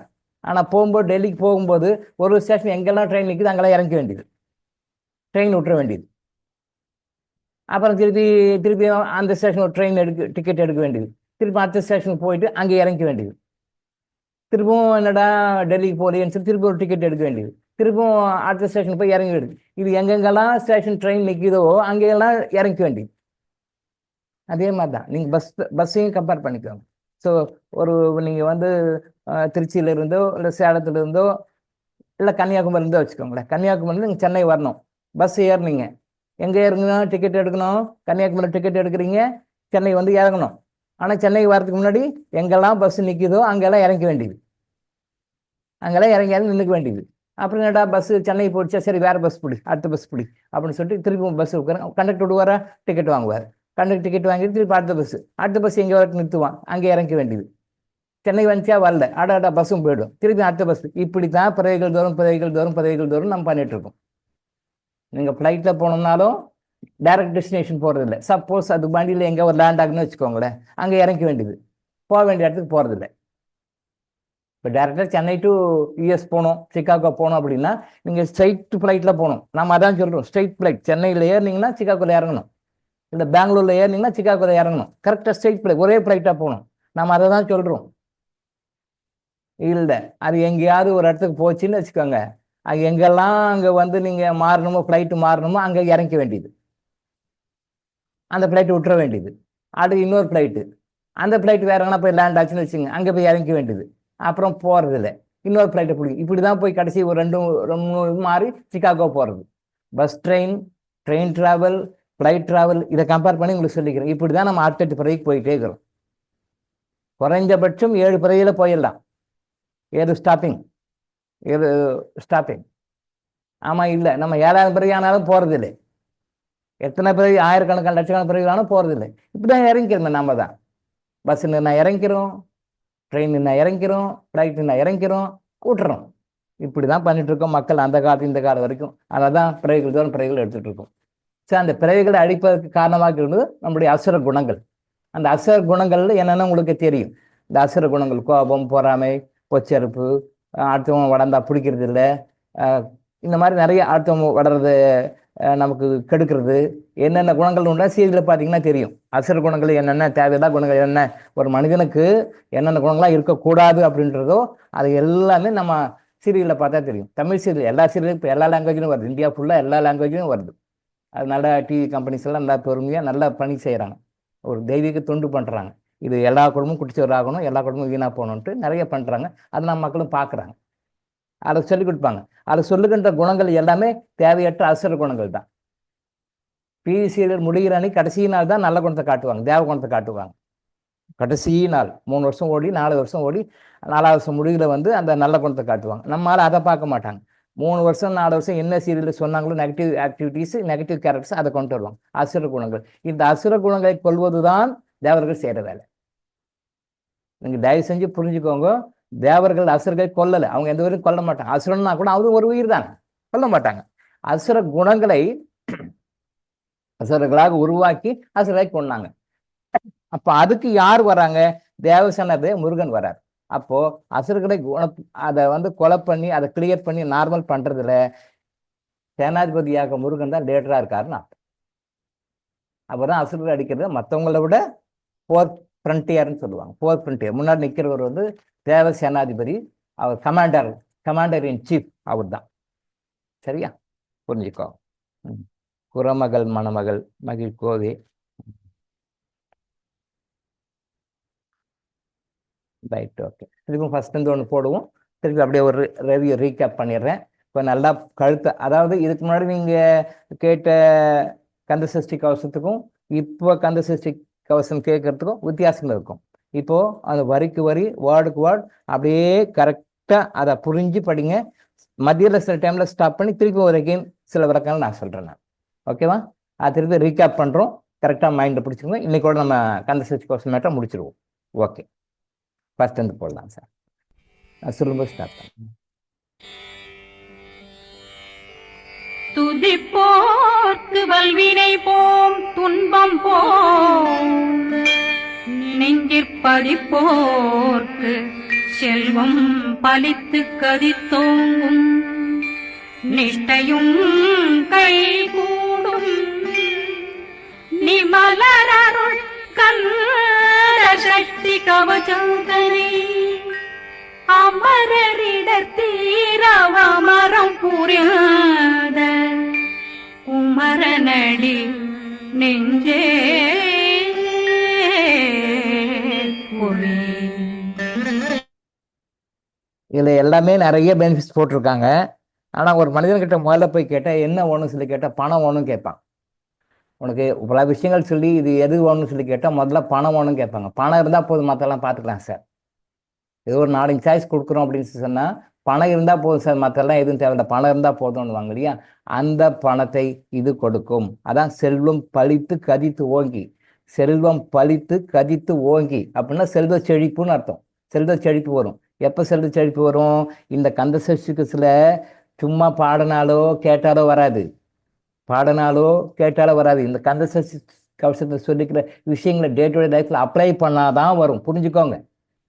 சும்மா பாடிட்டேன் நான் கேட்டேன்னா வராது. செல்வம் பலித்து கதித்து ஓங்கும். அது எப்படி வாட போடாது பாருங்க. செல்வம் பலித்து கதித்து ஓங்கும். அப்போ செல்வ செழிப்பு தாராளமா நிறைய வரும். அபண்டன்ஸ் சொல்லுவாங்க இங்கிலீஷ்ல, அபண்டன்ஸ் சொல்லுவாங்க. அந்த அபண்டன்ஸ் அளவுக்கு வரும். எப்படி வரும்? அபண்டன்ஸ் அளவுக்கு வரும்.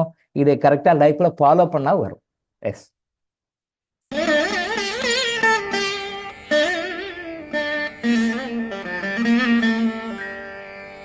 சஷ்டியை நோக்க சரவண பவனா சிஷ்டர் புதவும் செங்கதிர் மேலும் பாதமிரண்டில் பண்மணி சதங்கை கீதம் பாட கிண்கிணியாட. சஷ்டியை நோக்க சரவண பவனா சிஷ்டர் புதவும் செங்கதிர் மேலும் பாதமிரண்டில் பண்மணி சதங்கை கீதம் பாட கிண்கிணியாட.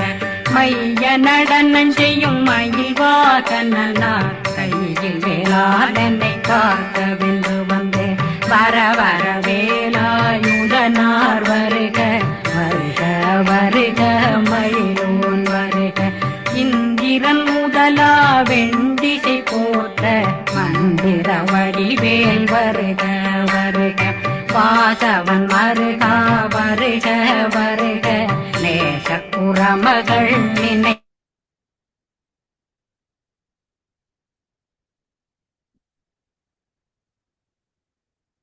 இந்திரன் முதலா எந்திசை போற்ற.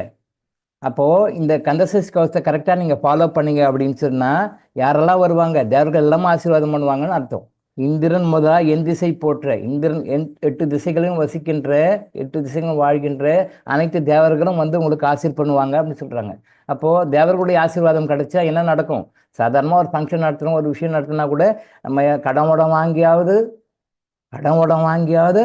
எல்லாரையும் கூப்பிடுறோம். நீங்கள் வாங்க நீங்கள் வாங்க நீங்கள் வாங்க நீங்கள் வாங்கன்னு சொல்லி ப்ளஸ் பண்ணுறதுக்கு கூப்பிடுறோம். அவங்கள வராங்க, ப்ளஸ் பண்ணுறாங்க. இந்த காலத்தில் ப்ளஸ் பண்ணுறதுல கர்ஸ் கொடுத்துட்டு போகிறாங்க, பொறாமல் போட்டுட்டு போகிறாங்க, நெகட்டிவ் எனர்ஜி கொடுத்துட்டு போகிறாங்க. இன்னைக்கு இப்போ இருக்க நடக்கிற ஃபங்க்ஷன்லாம் அப்படி தான் நடக்குது.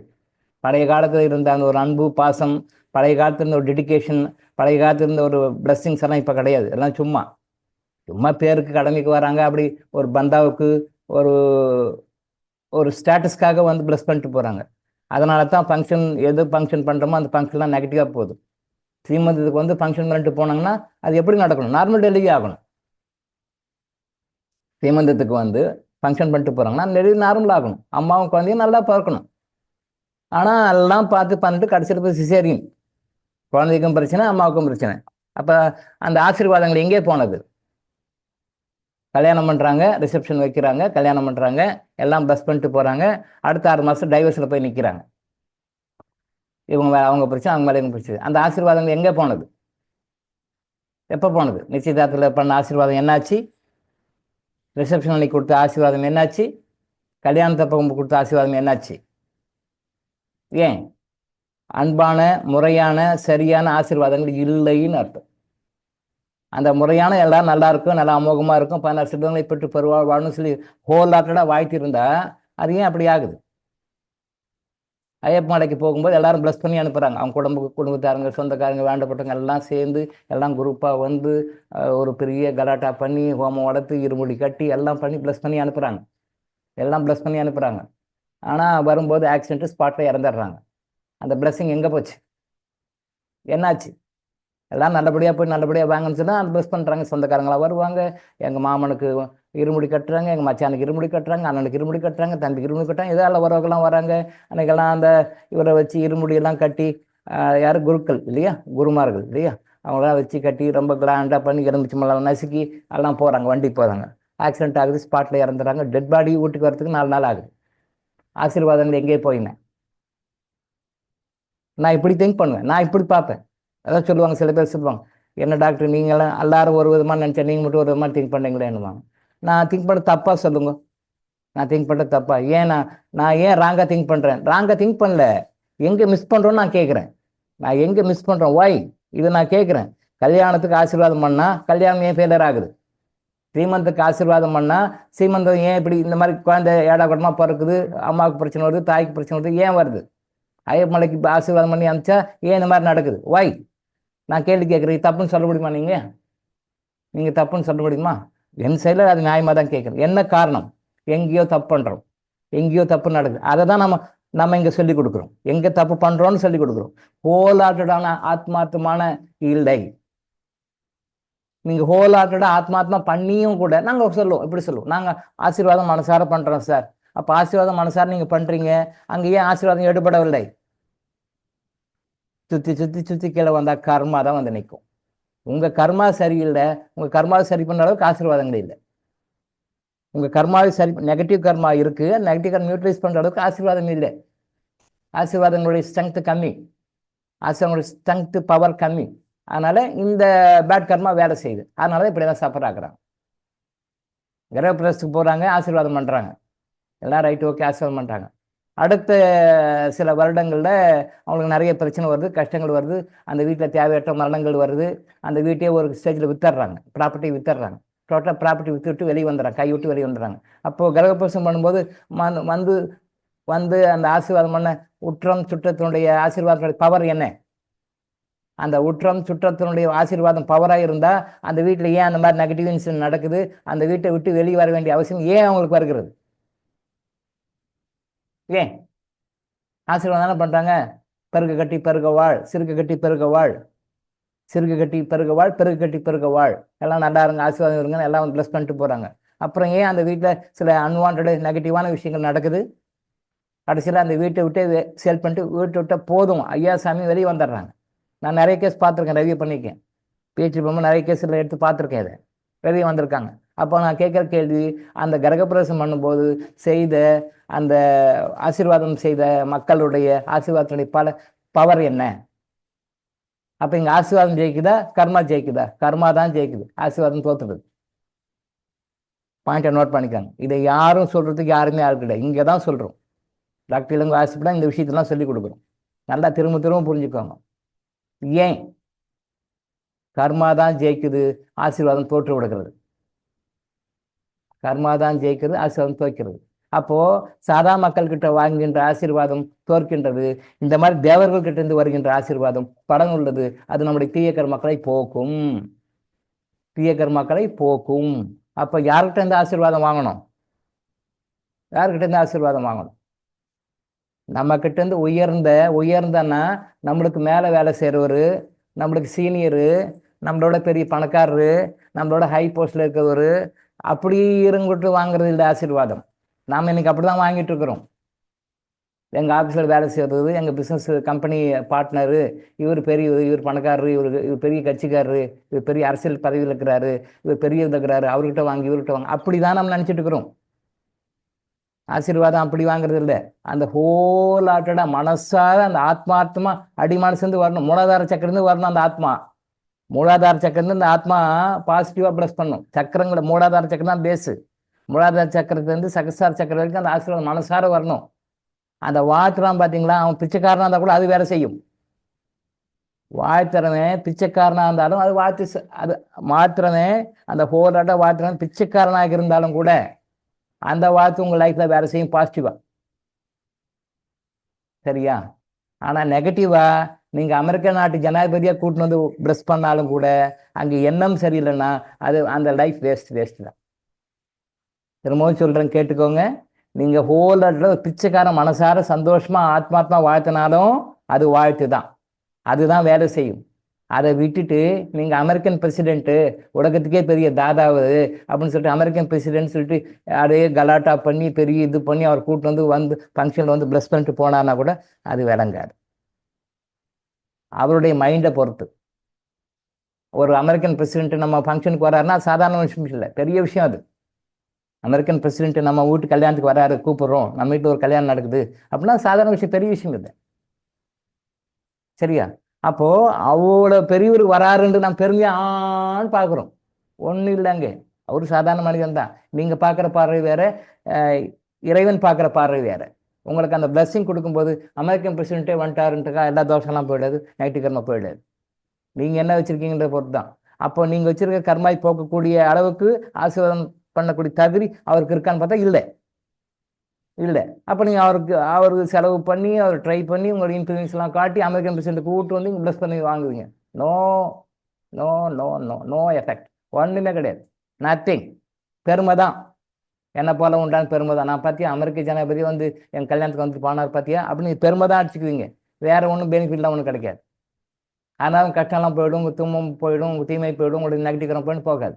இப்படி தான் இன்றைக்கி மக்கள் வந்து 99% ஆஃப் பீப்புள் இப்படி தான் பண்ணிட்டுக்கிறாங்க கல்யாணத்தில், எல்லா ஃபங்க்ஷன்லையும். அந்த உண்மையிலே யார்கிட்ட போய் ஆசீர்வாதம் வாங்கணும் அப்படின்னு தெரியல. சாதாரண ஒரு மனிதன்கிட்ட போய் ஆசீர்வாதம் வாங்கணும். அவங்க கர்மா சம்மந்தப்பட்ட ஆள்கிட்ட வாங்கணும். அவங்களுடைய பாஸ்ட் லைஃப் கர்மா சம்மந்தப்பட்ட அவங்க யாராவது காசு கொடுத்தாங்கன்னா, அவங்க யாராவது நெகட்டிவ் தாட் ஃபார்மில் இருந்தாங்கன்னா அவங்ககிட்ட ஆசீர்வாதம் வாங்கணும். அப்போ தான் அது கிளியர் ஆகும். நீங்கள் இதெல்லாம் விட்டுற வேண்டியது. நான் போய் அமெரிக்கன் பிரசிடென்ட்டை கூப்பிட்டு வரேன் சார், அதுக்காக ஏற்பாடு பண்ணி கான்சுலேட் மூலமாக பேசி அப்பாயின்மெண்ட் வாங்கி கவர்மெண்ட் கிட்ட வாங்கி இந்த கவர்மெண்ட் அப்ரூவல் வாங்கி அந்த கவர்மெண்ட் அப்ரூவல் வாங்கி அவர் கூப்பிட்டு வந்து கல்யாணம் பண்ணால் டோட்டல் வேஸ்ட். இதைத்தான் நான் இன்னைக்கு 99% பீப்புள் இதை தான் பண்ணிட்டு இருக்காங்க. அதெல்லாம் மாற்றிக்குவாங்க. ஹோலாட்டில் வாழ்த்தவங்க 4 பேர் இருந்தாலும் போதும், அது அந்த வாழ்க்கை நல்லா இருக்கும். நீங்கள் ஹோலாட்டில் வாழ்த்தாமல் கடமைக்கு பெருமைக்கு பந்தாவுக்கு கூப்பிடலன்னா கோச்சுக்குவானதுக்காக நீங்கள் 1000 பேரை கூப்பிட்டு விருந்து வச்சு ஆசீர்வாதம் அது வேலைக்கு ஆகாது. அது உண்மைதான், அந்த வேலைக்கு ஆகாத உண்மைன்ற நீங்கள் ப்ராக்டிக்கலாக உங்கள் லைஃப்பில் நீங்கள் கம்பேர் பண்ணி பாருங்க. அப்போ பார்த்தா தெரியும் ஆசீர்வாதங்களோட லட்சணம் எப்படி இருக்குது இந்த காலத்துலன்னு தெரியும். ஆசீர்வாதங்களோட லட்சணம் வந்து எப்படி இருக்குன்னு நல்லா தெரியும் ப்ராக்டிக்கலாக. என்னோட டாக்டர் இப்படி சொல்லணும், இதான் உண்மை, இதான் ப்ராக்டிக்கலாக உண்மை. அப்போது தேவருடைய ஆசீர்வாதம் கிடைக்குது எப்போ இந்த கந்தசஷ்டி கவசம் பாடினா இல்லை, இதை லைஃப்பில் ஃபாலோ பண்ணினால். அப்போ தேவருடைய ஆசீர்வாதம் கிடைச்சா என்ன நடக்கும்? பேட் லைஃப், உங்களுடைய பேட் கர்மாஸ் எல்லாம் போயிடும். உங்கள் லைஃப் பேட் லைஃப் விடுறது குட் லைஃபாக மாறிவிடும். ஓகே. வருக ஆறுமுகம் படைத்த ஐயா வருக, ஈரிடும் வேலவன் நித்தம் வருக, சிறகிரி வேலவன் சீக்கிரம் வருக, சரகண பவனார் சடுதியில் வருக.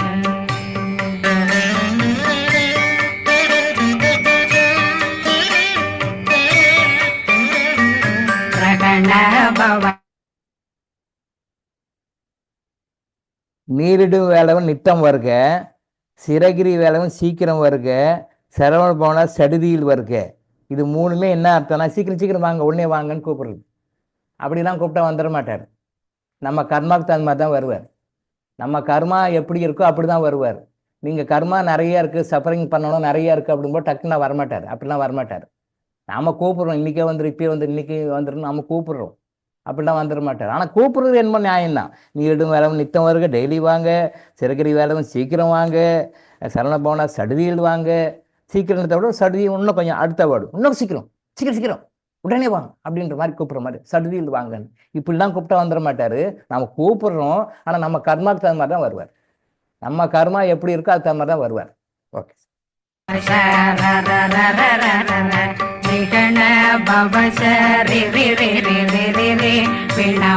சரகண வீரா நமோ நம நிபவ சரகண நிர நிர நிரண ரகண பவ சரண பவ சரி கண பவ சரகண வீரா நமோ நம நிபவ சரகண நிர நிர நிரண சரகண வருக வருக. இப்போ இதை பார்த்தோம். இதை வந்து 36 முறை சொன்னால் அந்த பலன் கிடைக்கும், கந்தசஷ்டி கவசத்தை படித்தா பலன் கிடைக்கும்னு சொல்லிட்டு ஒரு சகோதரி ஒரு வீடியோவில் போட்டிருந்தாங்க. அது கரெக்டு தான். பட் ஆனால் இதை மட்டுமே பிடிச்சிக்கூட இது ஒரு பவர் இருக்குது, இது பவர் இருக்குது, மற்றதை விட இது பவர் இருக்குது. அந்த வகையில் எடுத்துக்கணும். இதை 7 வரி மட்டும் சொன்னால் போதும்னு எடுத்துக்கூடாது. சரியா? அதாவது முக்கியமான கொஸ்டின் மட்டும் படித்தா போதும், சிலபஸ் கவர் பண்ண அந்த என்டையர் நாலேஜ் நமக்கு வேணும், முழு சிலபஸ்னுடைய நாலேஜ் நமக்கு வேணும். அப்படி இருந்தால் தான் இன்னும் நல்லாயிருக்கும். இப்படியும் பாஸ் பண்ணலாம், அப்படியும் பாஸ் பண்ணலாம். ஆனால் இதை மட்டும் முக்கியமான கேள்வி மட்டும் வச்சு பாஸ் பண்ணுறதுனுடைய நாலேஜ் கம்மி. பட் முழுசாக சிலபஸ் ஃபுல்லாக அட்டை டு அட்டை, ரேப்பர் டு ரேப்பர் ஃபுல்லாக படித்து நாலேஜ் வச்சுக்கும் போது அது வந்து உங்களுக்கு இன்னும் அதிகமான பலன்களை தரும். ஸோ இந்த கந்தசஷ்டி கவசம் வந்து ஒரு பெரிய புக்குன்னு வச்சுக்கோங்க. ரேப்பர் டு ரேப்பர் படித்து அதை லைஃப்பில் ஃபாலோ பண்ணணும்னு சொல்ல வரேன். ஓகே. அசுரர் குடிகெடுத்த ஐயா வருக, என்னை ஆளும் இளையோன் கையில் 12 பாசாங்குஷம் பரந்த விழிகள் 12 இலங்கம் விரைந்தென்னை காக்க வேலோன் வருக, ஐயும் கிளியும் அடைவுடன் 12 பாசாங்குசமும் பரந்த விழிகள் 12 இலங்க விரைந்தென காக்க வேலோன் வருக. 12 விழிகள், 12 ஐஸ், 12 ஐஸ், 6 முகம், 6 முகம், ஒரு முகத்துக்கும் 2 கண்ணு, 3 12 கண்கள். ஒரு சகோதரி நம்ம குரூப்பில் போட்டிருந்தாங்க, பேர் சரியாக கவனம் இல்லை, ஏதோ சகோதரி போட்டிருந்தாங்க. இல்லை 12 கண்கள் கிடையாது, 18 கண்கள். அப்போ நெற்றிக்கண்ணை விட்டுட்டோம். ஸோ ஒரு ஃபேஸுக்கு வந்து 2 கண், நெற்றிக்கண் 1, மொத்தம் 3. அப்போ 6க்கும் 18 கண்கள்னு சொல்லி இப்போ 2 நாளைக்கு முன்னாடி ஒரு குரூப்பில் போட்டிருந்தாங்க, நம்ம குரூப்பில் தான் போட்டிருந்தாங்க. ஒரு லேடி ஒரு சகோதரி போட்டிருந்தாங்க. அதாவது 2 கண். அப்போ போட்டால் இங்கே ஒரு சில 6க்கு வச்சு 6 2 12 கண்ணுன்னு சொல்கிறாரு. அந்த அம்மா போட்டிருக்காங்க, இல்லை 2 எல்லாம் இல்லை 3. அப்போது நெற்றிக்கண் 1 சேர்த்துக்கோங்க, மொத்தம் 3. அந்த 3 சேர்த்தோன்னா 6 18. இப்போ 18 கண்கள்னு சொல்லி சகோதரி போட்டிருந்தாங்க. கரெக்டு தான். இங்கே 12 சொல்கிறாரு, அங்கே 18 சொல்கிறாங்க. என்ன வித்தியாசம்? 12க்கும் 18க்கும் என்ன வித்தியாசம்? 12 இருக்கா 18 இருக்கா? ஜானகி கணேசனா சகோதரி, அவங்க சொன்னது எந்த ரெஃபரன்ஸில் போட்டாங்கன்றது அவங்க வச்சுக்கட்டும். ஸோ 18 கண்களா? இப்போ இவர் தேவராய சுவாமிகள் சொல்கிற மாதிரி 12 கண்களா? 12ஆ 18ஆ? எது உண்மை? கொஞ்சம் யோசனை பண்ணிக்கோ. 12 கண்களா? சகோதரி போட்டிருந்த மாதிரி 18 கண்களா? எதை ரெஃபர் பண்ணி அவங்க 18 கண்கள்னு சொல்கிறாங்க, எதை ரெஃபர் பண்ணி இவர் 12 கண்கள் சொல்கிறாங்க? முருகனுக்கு 12 கண்களா 18 கண்களா? 6 முகம், 6 முகத்தை கொண்டவர்கள். முருகனுக்கு எத்தனை முகம்? 6 முகம். ஏன் 6 முகம்? எத்தனை பேர் தெரியும்? அதாவது பிரம்மன் வந்து 4 தலைகளை கொண்டவர், 4 முகங்களை கொண்டு நான்முகன்னு சொல்லுவாங்க. நான்முகன்னு சொல்லுவாங்க, பிரம்மன் சொல்லுவாங்க. அப்போ சில தீக்காக்காரங்க கேட்டாங்க, ஒரு மீட்டிங்கில் கேட்டாங்க, பிரம்மனுக்கு வந்து 4 முகங்கள் இருந்தால் 4 முகங்கள் இருந்தால் எப்படி தூங்குவார்னு கேட்டாங்க. அவங்க தீக்கா குரூப்பில் ஒரு மீட்டிங்கில் கேட்குறாங்க, பிரம்மனுக்கு 4 முகங்கள், சரியா? 4 முகங்கள் இருந்தால் அவர் எப்படி தூங்குவார்? அவர் எப்படி சாப்பிடுவார்? 4 வாயிலையும் சாப்பிடுவாரா? சரி, சாப்பிட கூட பரவாயில்ல, இந்த கை இந்த கை இந்த கை 4 வாயில 4 ஊட்டிடலாம். தூங்கும்போது எப்படி தூங்குவாருன்னு கேட்டார் ஒருத்தர். அந்த ஆன்மீக பெரியர்கள்லாம் அப்படியே முழிக்கிறாங்க, பதில் சொல்ல தெரியல. எல்லாரும் முழிக்கிறாங்க, என்ன சொல்றது? அவர் தெளிவாக கேட்குறாரு, சார் நான்முகன் உங்கள் கடவுள், ரைட்டு, படைத்தர் கடவுள், ஆக்கல் கடவுள், சரி ரைட்டு, ஓகே. சாப்பிட்றது கூட ரைட்டு, இந்த வாய்க்கு ஒன்று இந்த வாய்க்கு ஒன்று இந்த வாய்க்கு ஒன்று தனித்தனியாக கொடுத்துருவார் சார், ஓகே. அவர் எப்படி சார் தூங்குவார்னு கேட்டார். எல்லாரும் முழிக்கிறாங்க, சைவம் வைணவம் கௌமாரம் எல்லா குரூப்லையும் இருக்காங்க, எல்லாரும் முழிக்கிறாங்க, யாருக்கும் தெரியல. அவர் மடக்கு நடக்கிறார். என்ன சொல்றீங்க? யாரும் ஒன்றும் சொல்லு. அப்புறம் நான் எழுந்து சொன்னேன், நான் சொல்ல வாங்க அப்படி ரொம்ப தெனாவிட்டா, சரி வாங்க உட்காருங்கன்னார். நான் சொன்னேன், ஐயா நீங்கள் தப்பாக அந்த புரிஞ்சுட்டு இருக்கிறீங்க. 6 முக கடவுள் அப்படின்னு சொன்னா 6 முகமெல்லாம் கிடையாது. It is a type of 6 characters. 6 முகங்கள்னா 6 கேரக்டர்ஸ். 4 முகன்னு சொன்னீங்கன்னா 4 கேரக்டர்ஸ். 4 முகன் அப்படின்னு சொன்னா 4 முகம் சொன்னா, பிரம்மா வந்து இந்த உலகத்தை படைக்கிறாரு, பிரபஞ்சம் படைக்கிறாரு. இந்த பிரபஞ்சம் படைக்கிறதுக்கு ஒரு அது என்ன சொல்லணும், ஒரு கிரைட்டேரியா வேணும். இந்த வகையில உலகத்தை படைக்கணும், பிரபஞ்சத்தை படைக்கணும் அப்படின்னு சொல்லி ஒரு புரோட்டோகால் வேணும். இப்படிதான் படைக்கணும், இப்படிதான் படைக்கணும், இப்படி இருக்கணும், இந்த மாதிரி ரூல்ஸ் அண்ட் ரெகுலேஷன் இருக்கணும்னு இருக்கு. அந்த ரூல்ஸ் அண்ட் ரெகுலேஷன் தான் வேதங்கள், 4 வேதங்கள். அந்த 4 வேதங்களை கொண்டு பிரபஞ்சத்தை படைக்கிறார் அவர். 4 வேதங்களை கொண்டு பிரபஞ்சத்தை படைக்கிறார். அந்த 4 வேதங்கள் 4 முகங்களாக காட்டப்படுகின்றன. பிரம்மன் ஒருத்தர் தான். நீங்க நினைக்கிற மனுஷ ரூபத்தை நீங்க நினைச்சீங்கன்னா மனுஷன் ஒருத்தர் தான், ஒரு முகம் தான். ஆனா இங்க 4 வேதங்களை கொண்டு அவர் இந்த உலகத்தை படைக்கிறார். இந்த 4 வேதங்களுடைய அடிப்படை தான் 4 பில்லர்ஸ் சொல்லுங்க இல்லையா? ஒரு வீடு கட்டுறோம், ஒரு பில்டிங் கட்டுறோம், அப்ப பில்லர்ஸ் போடுறோம், தூண்கள் போடுறோம். இந்த 4 தூண்கள், இந்த 4 தூண்களை வச்சுதான் மேல மாடி கட்டுறோம். 4 பில்லர்ஸ் மேல மாடி கட்டுறோம். அதே மாதிரி இந்த பிரபஞ்சம் உருவாக்கப்பட்டது வந்து 4 முக்கியமான விதிகளை கொண்டு, 4 முக்கியமான விஷயங்களை கொண்டு உருவாக்கப்பட்டது. அந்த 4 விஷயங்களை இந்து மதம் வேதங்களாக சொல்கின்றது. இந்த வேதங்களின் அடிப்படையில் தான் இந்த பிரபஞ்சம் உருவாக்கப்பட்டிருக்கிறது. இந்த பிரபஞ்சம் எப்படி உருவாக்கப்பட்டிருக்கின்றது அப்படின்றதுக்கு ரூட் காஸ், பேசிக் காஸ் வந்து வேதங்கள்ல இருக்கு. அந்த 4 வேதங்களாக படைக்கப்பட்டிருக்குது. இந்த 4 வேதங்களை வந்து அவங்க உருவாக்கம் பண்ணி 4 முகங்களாக காட்டியிருக்கிறாங்க சார் அப்படின்னு சொன்னேன். அப்படியா அப்படின்னாரு. அப்படியே தான். அப்படியா இல்லை, அப்படியே தான். இதை யாருக்கும் அவங்க சொல்ல தெரியல, இதான் உண்மைன்னு சொன்னேன். டாக்டர் நீங்க சொல்றது கரெக்டு தான்னாரு. நீங்க சொல்றது கரெக்டு தான் அப்படின்னாரு. அப்போ 4 முகங்கள்னு சொல்லி அந்த தீக்காக்காரங்க கிண்டல் பண்றது தவறு, அவங்களுக்கு தெரியல. அதாவது வந்து அந்த ஒரு எனர்ஜிக்கு வந்து சாப்பிட வேண்டிய அவசியம் கிடையாது, பசி எடுக்காது அவங்களுக்கு, தூக்கம் வராது, தூங்க வேண்டிய அவசியம் கிடையாது. இந்த பிசிக்கல் பாடிக்கு தான் பசி தூக்கமெல்லாம் இருக்கும். இந்த பிசிக்கல் பாடியில பசி தூக்கமெல்லாம் இந்த பாடிக்கு தான். இந்த பாடி விட்டு வெளியே போயிட்டோம்னாலே பசி தூக்கமெல்லாம் கிடையாது, பசிக்காது, தூக்கம் வராது. எப்பயுமே 24 hours வந்து பிரிஸ்காவே இருப்போம். தூக்கம் வந்துச்சு, தூக்கம் போகிற டைமு 7 மணி நேரம் தூங்கணும், 8 மணி நேரம் தூங்கணும், நைட்டு 7க்கெல்லாம் தூங்கணும், 8க்கெல்லாம் தூங்கணும், காலைல 4க்கெல்லாம் எழுதணுன்ற கண்டிஷன்லாம் அங்கே கிடையாது. அந்த பாடி கிடையாது, அந்த பாடிக்கு பசிக்காது. அப்போ பிரம்மனை வந்து ஒரு ஆஸ்ட்ரல் பாடியா உருவகம் பண்ணும்போது அவருக்கு பசிக்காது, அவருக்கு சாப்பிட வேண்டிய அவசியமே கிடையாது. அந்த ஒரு முகத்துக்குள்ள கூட சாப்பாடு கொடுக்க வேண்டிய அவசியம் கிடையாது. அப்போ நானும் போது சாப்பாடு கொடுக்க தேவையில்லை. தூக்கம் வராது, தூங்கவே தேவையில்லை, தூக்கமே தேவையில்லை அவங்களுக்கு. இந்த லெவலை விட்டு வெளியே போய் தூக்கம் வராது. அப்போ தூங்க வேண்டிய அவசியம் கிடையாது. அவருக்கு பெட்டும் வேண்டாம், தலையணையும் வேண்டாம், எதுவுமே வேண்டாம்னு சொன்னேன். ஓ அப்படியா சார் விஷயம் அப்படின்னாரு. அதே மாதிரி தான் ஆறுமுகமும். ஆறுமுகம் கொண்ட முருகா போற்றி, இறைவா போற்றின்னு சொல்கிறோம். ஆறுமுகமெல்லாம் கிடையாது. அப்படின்னா அதே கேள்வி தான் இங்கேயும் அப்ளை ஆகும். அப்போது முருகன் வந்து எப்படி சாப்பிடுவார்? 6 முகத்தையும் சாப்பிடுவாரா? 12 கையிலையும் வச்சுட்டு செய்வாரா? இல்லை இல்லை, அவர் 12 கையெல்லாம் கிடையாது. நாம் உருவகப்படுத்திக்கிறோம்.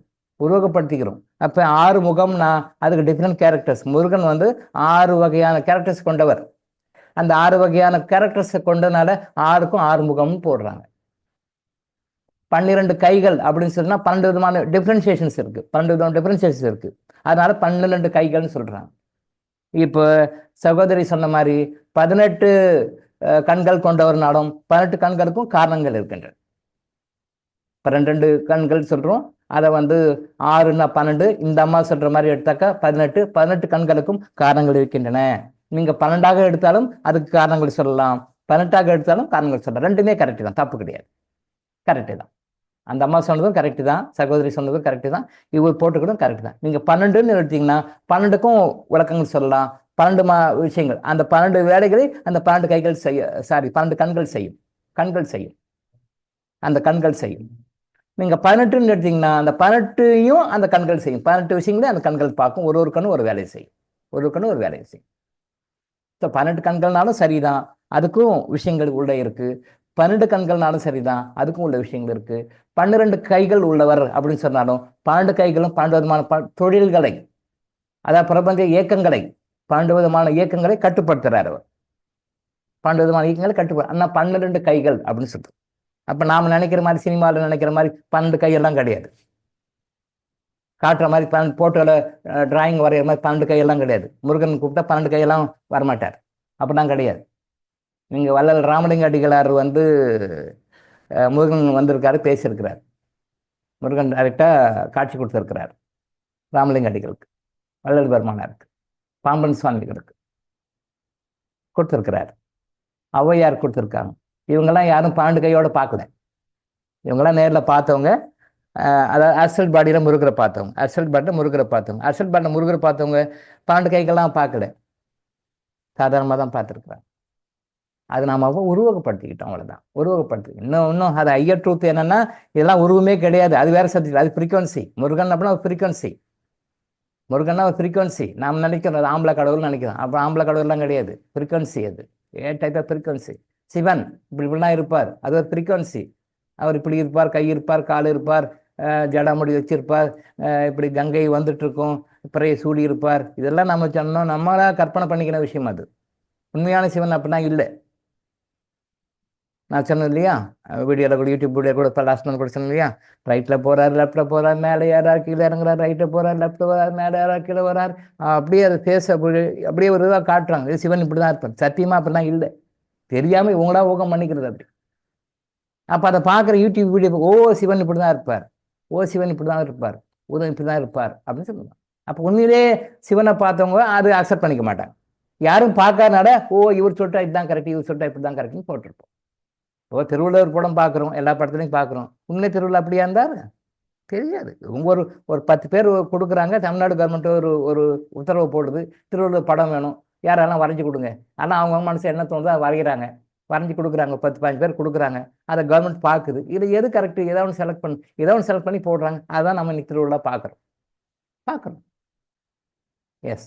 இப்போ கர்ணனை பார்க்கணும், மகாபாரதத்தில் கர்ணனை பார்க்கணும். எத்தனை பேருக்கு கர்ணன்னா அப்படின்னு ஞாபகம் வரும்? மகாபாரதத்தில் கர்ணன் கேரக்டர், கர்ணனை பார்க்குறோம். எத்தனை பேருக்கு கர்ணன் ஞாபகம் வரும்? இப்போ இருக்கிறவங்களுக்கு கர்ணன் படத்தை பார்த்தாங்க இல்லையா, கர்ணன் படத்தை சிவாஜி கணேசன் வந்தார் இல்லையா, அந்த சிவாஜி கணேசன் பேஸ் தான் கவனத்துக்கு வரும். இப்போ எனக்கு கர்ணன்னா நான் அந்த படம் ஏதோ ஸ்கிரிப்பிங் ஃபுல்லாக நான் படம் பார்த்துல ஸ்கிரிப்பிங் பார்த்துருக்குறேன். அந்த சிவாஜி கணேசன் தான் வருவார், தஸ் புசு மூச்சு இறக்க அப்படி இருப்பார். அவர் என் டி ராமராவ் தான் கிருஷ்ணராவ் வருவார். இப்போ நான் பார்த்தேன்னா எனக்கு என்ன தோணுது, என் டி ராமராவ் தான் கிருஷ்ணராவ் வராரு, அவர் தான் கேட்டு வாங்குற தர்மத்தை வாங்குறாரு, இவர் தான் தேரை விட்டுட்டு போயிடுறாரு இல்லையா. இவர் சிவாஜி கணேசன் தான் உட்காந்து பார்த்துட்டு இருக்கிறாரு. அப்போ எனக்கு கர்ணன்னா சிவாஜி கணேசன் ஞாபகம் வரும், கிருஷ்ணன்னா என் டி ராமராவ் ஞாபகம் வரும். ஏன்னா நான் அதை பார்த்துருக்கேன், ஃபுல்லாக படம் பார்க்கல, பட் அந்த கிளிப்பிங்ஸ் ஏதோ பார்த்துருக்கேன். ஆனால் இப்போ இந்த காலத்தில் ஏதோ சீரியல்லாம் எடுக்கிறாங்க போல இருக்கு, நிறைய ராமாயண சீரியல், மகாபாரத சீரியல்லாம் எடுக்கிறாங்க போல இருக்கு. எங்கே பார்த்தாலும் இத்தனை வருஷம் ஓடுது, அத்தனை வருஷம் ஓடுது, நான் பார்த்ததில்ல மாதிரி, பட் கேள்விப்பட்டிருக்கேன். இங்கேயும் எடுத்திருக்காங்க, நார்த் இந்தியாவும் எடுத்திருக்காங்க. அப்போ இந்த காலத்து இப்போ இருக்கிற ஜெனரேஷன், இப்போ இருக்கிற யங்ஸ்டர்ஸ் பார்த்தா என்ன நினைப்பாங்க? கர்ணன்னா அந்த டிவி சீரியல் ஒரு கர்ணன் வந்திருப்பான் பார்த்தீங்களா, அவன் ஞாபகம் தான் வரும் இவங்களுக்கு. கர்ணன் அப்படின்னா இந்த டிவி சீரியல் யாருக்காவது ஞாபகம் வரும், பார்த்துருப்பீங்க இல்லையா? இப்போ இருக்கிற யங்ஸ்டர்ஸ் அந்த கர்ணன் ஞாபகம் வரும். கிருஷ்ணர்னா இப்போ வர சீரியல்ல யார் கிருஷ்ணர் வந்தாரோ அவங்க தான் ஞாபகம் வரும். ராமர்னா இப்போ வர சீரியல்ல யார் ராமரோ அவங்களுக்கு ஞாபகம் வரும். பிகாஸ் நமக்கு தெரிகிற உருவம் அது தானே உண்மை. அதே ஆனா உண்மையே அவங்களாம் அப்படி கிடையாது. இப்ப நம்ம சொல்றோமே கிருஷ்ணர் வந்து இப்படி இருப்பார், நம்ம சொல்றோம் பேசுறோம் இல்லையா? உண்மையிலேயே வந்து அந்த மகாபாரத காலத்துக்கு போயிட்டு கிருஷ்ணர் பார்த்துட்டு வர சொன்னார் என்னுடைய குரு கண்ணையோகி. சொல்லி கொடுத்தாரு, எப்படி போகணும், எப்படி பார்க்கணும், எப்படி உள்ள போயிட்டு எப்படி திருப்பி வெளியே வரணும்னு பக்கத்துல சொல்லி கொடுத்தாரு. அப்ப அந்த மகாபாரத காலத்தை உள்ள போறோம், உள்ள போயிட்டு அவர் கிருஷ்ணரை பார்க்குறோம். நீங்க இன்னைக்கு நினைச்சு பார்த்துட்டு இருக்கிற கிருஷ்ணரும் அந்த கிருஷ்ணரும் கலரே டிஃப்ரென்ஸாக தான் இருக்கு. நீங்க நினைக்கிற மாதிரி கர்ணீர கண்ணன் கருநிறமா இருப்பாரு, இப்படி இருப்பாருன்னா ரியல் கிருஷ்ணன் அப்படி இல்லை. அது யாருக்கு தெரியும்? நம்ம போய் பார்த்தோம்னா நமக்கு தெரியும். அது சொன்னா யாரும் நம்ப மாட்டாங்க, கேட்க மாட்டாங்க. கட்டாரை காமுறுவர், கட்டாரை காமுறுவர். அந்த மாதிரி உள்ள போயிட்டு யாரு பார்த்தாங்களோ அவங்களுக்கு தான் தெரியும். அதை மற்றவங்க சொன்னா நம்மளை பைத்தியக்காரன்னுவான், அவனுக்கு என்ன தெரியும் அப்படின்னுவான். இதுதான் இப்படிதான் இருப்பார் கிருஷ்ணர்னா, இப்படிதான் இருப்பார் அப்படின்னு சொல்லி சொல்லுவாங்க. கிருஷ்ணர் அப்படி இல்லை, உண்மையிலே அப்படி இல்லை. அவ்வளோ கருப்பாலாம் இல்லை. நம்ம படங்கள்லாம் பார்க்குறோமே, நம்ம சினிமாவில் பார்க்குறோமே, திரைப்படங்கள நாடகங்கள்லாம் பார்க்குறோமே, உண்மையிலே அந்த கடை இல்லை, அதோட நல்லாவே இருக்கிறார். இப்படி உருவகப்படுத்தப்பட்டு அப்படியே மாற்றிட்டாங்க. எழுதவன் ஏட்டை கெடுத்தான், படித்தவன் பாட்டை கெடுத்தான், பாண்டவன் பாட்டை கெடுத்தான். ஏதோ பழமொழி இருக்குல்ல, எழுதினவன் ஏட்டை கெடுத்தான், பாண்டவன் பாட்டை கெடுத்தான். அது மாதிரி எழுதினவன் ஏட்டை கெடுத்தான், பாண்டவன் பாட்டை கெடுத்தான். அது மாதிரி கொஞ்சமாக மாறி மாறி வந்துச்சு, அவ்வளோதான் விஷயம். உண்மையிலேயே நானும் அப்படிதான் நினச்சிட்டு இருந்தேன். கிருஷ்ண பகவானை வந்து உண்மையிலேயே அந்த அசலாக போய் அந்த மகாபாரத காலத்தில் போய் அவர் எப்படி இருந்தார்னு நான் பார்க்காத வரைக்கும் எனக்கும் தெரியாது. நானும் இப்படிதான், கிருஷ்ணர்னா இப்படிதான் இருப்பார் போல இருக்குன்னு நினச்சிட்டேன். என்னுடைய குரு உட்கார வச்சு அது எப்படி பண்ணணும்னு சொல்லி முறையாக போச்சு அந்த அந்த மகாபாரத காலத்துக்குள்ளே போக வச்சு மகாபாரத காலத்தில் எப்படி கிருஷ்ணர் இருந்தார் அப்படின்னு சொல்லி பார்த்துட்டு வான்னு சொல்லிட்டு பார்த்துட்டு வந்த பிறகுதான் இப்படியா இருந்தாரா கிருஷ்ணர், இதுதான் அவருடைய உண்மையான உருவமா, இதுதான் உண்மையான கேஸ்கட்டான்னு எனக்கு தெரியும். அது யாருக்கு தெரியும்? போய் பார்த்தனால தெரியுதுன்னா யாருக்கும் தெரியாது இல்லையா? இப்படிதான் பார்த்துட்டு இருக்கோம் நாம. அந்த 12 கைகள் அப்படின்றது வந்து 12 விதமான தொழில்களை, இந்த பிரபஞ்சம் சம்பந்தப்பட்ட தொழில்களை செய்யறாரு. 12 விதமான தொழில்கள் செய்ய ஒரு கையும் ஒன்று செய்யுது. இப்போ நீங்க சில படங்களை பார்த்தீங்க, மகாலட்சுமி 2 கை போட்டிருக்கோம், சில படங்கள் 4 கை போட்டிருக்கும். சில படங்கள் நான் பார்த்துக்கேன் சரஸ்வதிக்கு 2 கை போட்டிருக்கோம், சில படங்கள் 4 கை போட்டிருக்கும். அப்போ சரஸ்வதிக்கு 4 கை இருக்கிறது, மகாலட்சுமிக்கு 4 கை இருக்கு. சில போட்டர் நான் பார்த்துருக்கேன் 4 கை இருக்கும். 4 கையில ஏதோ ஒன்று வச்சிருப்பாங்க, ஏதோ ஒரு ஆசீர்வாதம் பண்ற மாதிரி, ஏதோ ஒன்று கையில ஆசீர்வாதம் பண்ற பிளஸிங் மாதிரி இருக்கும். நான் படங்களை பார்த்துருக்கேன். அப்போ வரைஞ்சவர் எப்படி வளர்க்குறாரு? மகாலட்சுமிக்கு 4 கை இருக்கிற மாதிரி வரைகிறாரு, சரஸ்வதிக்கு 4 கை இருக்கிற மாதிரி வரைகிறாரு. அப்போ அத்தனை கையெல்லாம் உண்மையிலே இல்லை, அப்படி ஒரு கற்பனை, அப்படி கற்பனை பண்ணிட்டாங்க. அத்தனை விதமான தொழில்களே அவர் செய்யறாங்க. மகாலட்சுமி 4 கைன்னா அவருக்கு விளக்கம் தெரியாது, அதுக்கு நான் விளக்கம் சொல்ல முடியும். வரைஞ்சவருக்கு தெரியாது, எனக்கு தெரியும். அந்த 4 விளக்கங்கள் நம்மளால் சொல்ல முடியும். அந்த மகாலட்சுமி 4 கைகளும் 4 விதமான பிரபஞ்சம் சம்பந்தப்பட்ட தொழில்களை செய்கின்ற வகை. சரஸ்வதி 4 கை வச்சிருக்காங்கன்னா சரஸ்வதி இந்த பிரபஞ்சம் சம்பந்தமான 4 விஷயங்களை செய்கின்ற கை. இப்போ நம்ம வலது கை யூஸ் பண்ணுறோம், இடது கை யூஸ் பண்ணுறோம். நம்ம என்ன யூஸ் பண்ணுறோம்? வலது கை என்ன யூஸ் பண்ணுறோம்? சாப்பிட்றது மற்ற விஷயங்களுக்கு வலது கை யூஸ் பண்ணுறோம். இடது கை யூஸ் பண்ணுறோம். பெரும்பாலும் யாரும் இடது கை யூஸ் பண்ண மாட்டாங்க, இடது கை யாரும் யூஸ் பண்ண மாட்டாங்க. பாத்ரூம் போயிட்டு வந்தால் கழுவுறதுக்கு இடது கை யூஸ் பண்ணுவாங்க. பாத்ரூம் போயிட்டு வந்தால் ஆனஸை கழுவுறதுக்கு இடது கை யூஸ் பண்ணுவாங்க. அப்போ இடது கை எதுக்கு யூஸ் பண்ணப்படுகிறது? ஏதோ ஒரு பர்பஸ்க்காக யூஸ் பண்ணுறோம். இடது கை ஏதோ ஒரு பர்பஸ்க்காக யூஸ் பண்ணுறோம். பாத்ரூம் போயிட்டு வந்தால் ஆனஸை வாஷ் பண்ணி கிளீன் பண்ணுறதுக்காக இடது கை யூஸ் பண்ணுவோம். சாப்பிட்றதுக்கு வலது கை யூஸ் பண்ணுறோம். ஸோ இப்போ நாம் என்ன பண்ணுறோம்? வலது கை ஒரு பர்பஸ்க்காக யூஸ் பண்ணுறோம், இடது கை ஒரு பர்பஸ்க்காக யூஸ் பண்ணுறோம். 2 பர்பஸ்க்காக யூஸ் பண்ணுறோம். அதே மாதிரி இங்கே உருவகப்படுத்தப்படுகின்ற அந்த கைகள், இந்த கைகளும் ஒரு பிரபஞ்சம் சம்பந்தப்பட்ட டிவைன் சம்பந்தப்பட்ட சில பணிகளை, சில வேலைகள் செய்வதற்காக உருவகப்படுத்தப்பட்ட கைகள் தானே ஒழிய நிஜமாவே இப்படி எல்லாம் கைகள் இருக்கு. நீங்க யாரு கர்மா எனர்ஜி ஹீலிங் ஃபாலோயர்ஸ் புரிஞ்சுக்கணும். மற்றவங்க புரியாம சொல்லிட்டுக்கிட்டோம், அது வேற. But karma energy healing followers இந்த உண்மையான ஞானம் அவங்களுக்கு தெரியணும், உண்மையான ஞானம் அவங்களுக்கு தெரியணும். இதான் உண்மை, இதான் உண்மையான ஞானம் தெரிஞ்சுக்கும்.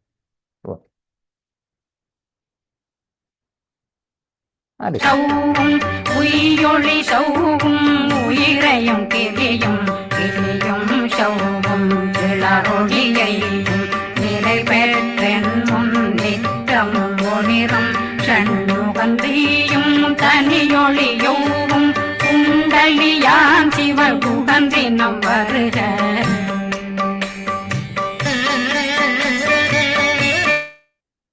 குண்டலியாம் சிவகுகன் தினம் வருக. இந்த குண்டலி தான் கடவுள். யோக மார்க்கத்தில் இருக்கிறவங்களுக்கு குண்டலி கீழே இருக்கிறாரு, கீழே இருக்கிற குண்டலி மேலே கொண்டு போய் சேர்த்தணும்.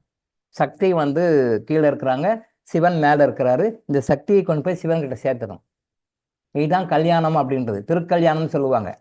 அதாவது வந்து சாமிகளுக்கு கல்யாணம் பண்ணுவாங்க. முருகனுக்கும் வள்ளி தெய்வானுக்கும் கல்யாணம் பண்ணுவாங்க. முருகனுக்கும் வள்ளி தெய்வானுக்கும் கல்யாணம் பண்ணுவாங்க. டிடிடியில் திருப்பதி திருமலா தேவஸ்தானத்தில் வந்து சீனிவாச பெருமாளுக்கும் பத்மாவதி தாயாருக்கும் கல்யாணம் பண்ணுவாங்க. இது என்ன காரணம்? அவங்களுக்கு எது கல்யாணம் பண்ணணும்? இன்னும் ரொம்ப டீப்பாக போனால் சில மரங்களுக்கு கல்யாணம் பண்ணணும்னு சொல்லுவாங்க. மரங்களுக்கு நெல்லி மரத்துக்கும் அரச மரத்துக்கும் கல்யாணம் பண்ணணும்னுவாங்க. நெல்லி மரத்துக்கும் அரச மரத்துக்கும் கல்யாணம் பண்ணணும் அப்படின்வாங்க. நெல்லி மரத்துக்கும் அரச மரத்துக்கும் கல்யாணம் பண்ணணும். திருப்பதி தேவஸ்தானத்தில் ஊர் ஊராக போயிட்டு அங்கங்கே கல்யாணம் பண்ணுவாங்க. பத்மாவதி பெருமாளுக்கு கல்யாணம் பண்ணுவாங்க. கோயில்களில் நடக்கும், கல்யாணம் பண்ணுவாங்க. முருகன் கோயிலில் வள்ளி தெய்வானை கோயில் கல்யாணம் நடக்கும். இப்போ அவங்களுக்கு எது கல்யாணம் பண்ணணும்? மனுஷன் கல்யாணம் பண்ணிக்கிறான், ரைட்டு, ஓகே. ஒரு ஆணுக்கு பெண் துணை வேணும், அதுக்காக கல்யாணம் பண்ணிக்கிறான். ஒரு பெண்ணுக்கு ஆண் துணை வேணும், அதுக்காக கல்யாணம் பண்ணிக்கிறான், ரைட்டு. இவங்களுக்கு எது கல்யாணம் பண்ணணும்?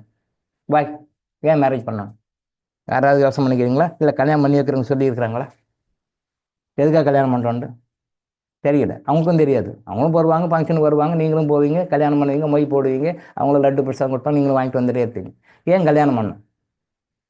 கல்யாணம்ன்றது என்ன அப்படின்னு சொன்னால், குண்டலியில் இருக்கின்ற அந்த சக்தியாக இருக்கின்ற சக்தியை சிவன்கிட்ட கொண்டு போய் சேர்த்தணும். எப்படி ஒரு பொண்ணு கையை பிடிச்சி ஒரு மாப்பிள்ளை கிட்ட கொடுக்குறோமோ, ஒரு மாப்பிள்ளைய கிட்ட வந்து பொண்ணு கையை பிடிச்சி கொடுக்குறோமோ, ரெண்டு பேரையும் சேர்த்து வச்சு ஆசீர்வாதம் பண்ணுறோமோ, அதே மாதிரி கீழே இருக்கிற குண்டலினியை கொண்டு போய் மேலே சேர்த்தணும். அதுதான் கல்யாணம். இதுதான் கல்யாணம். இந்த கல்யாணத்தை வந்து உங்களுக்கு ஓப்பனாக சொல்லாமல் சாதாரண மக்கள் லௌகிகமாக வச்சாங்க. பொண்ணு வயசுக்கு வந்துடுச்சு, பெரிய பொண்ணு ஆயிடுச்சு, பையன் பெரிய பொண்ணு ஆகிட்டான், பெரிய பையன் ஆகிட்டான், சம்பாதிக்க லெவலுக்கு வந்துட்டான், கல்யாணம் பண்ணு, ரெண்டு பேரும் சேர்ந்து வாழட்டும். அப்போ உலகியல் வாழ்க்கையில் இருக்கிற கல்யாணம் மாதிரி கொண்டு வந்துட்டாங்க.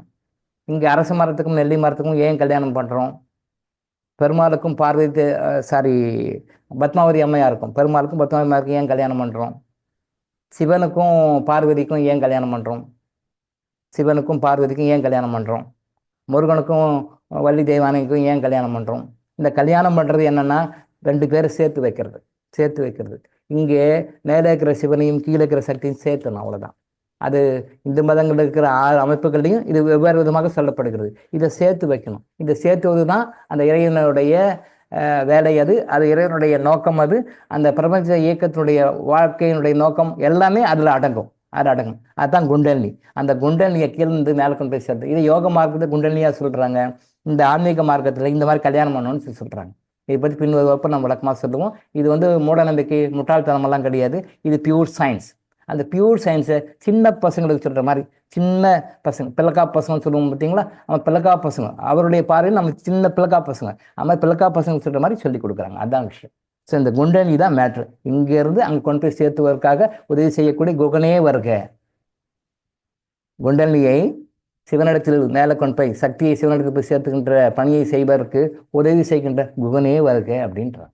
ஓகேவா?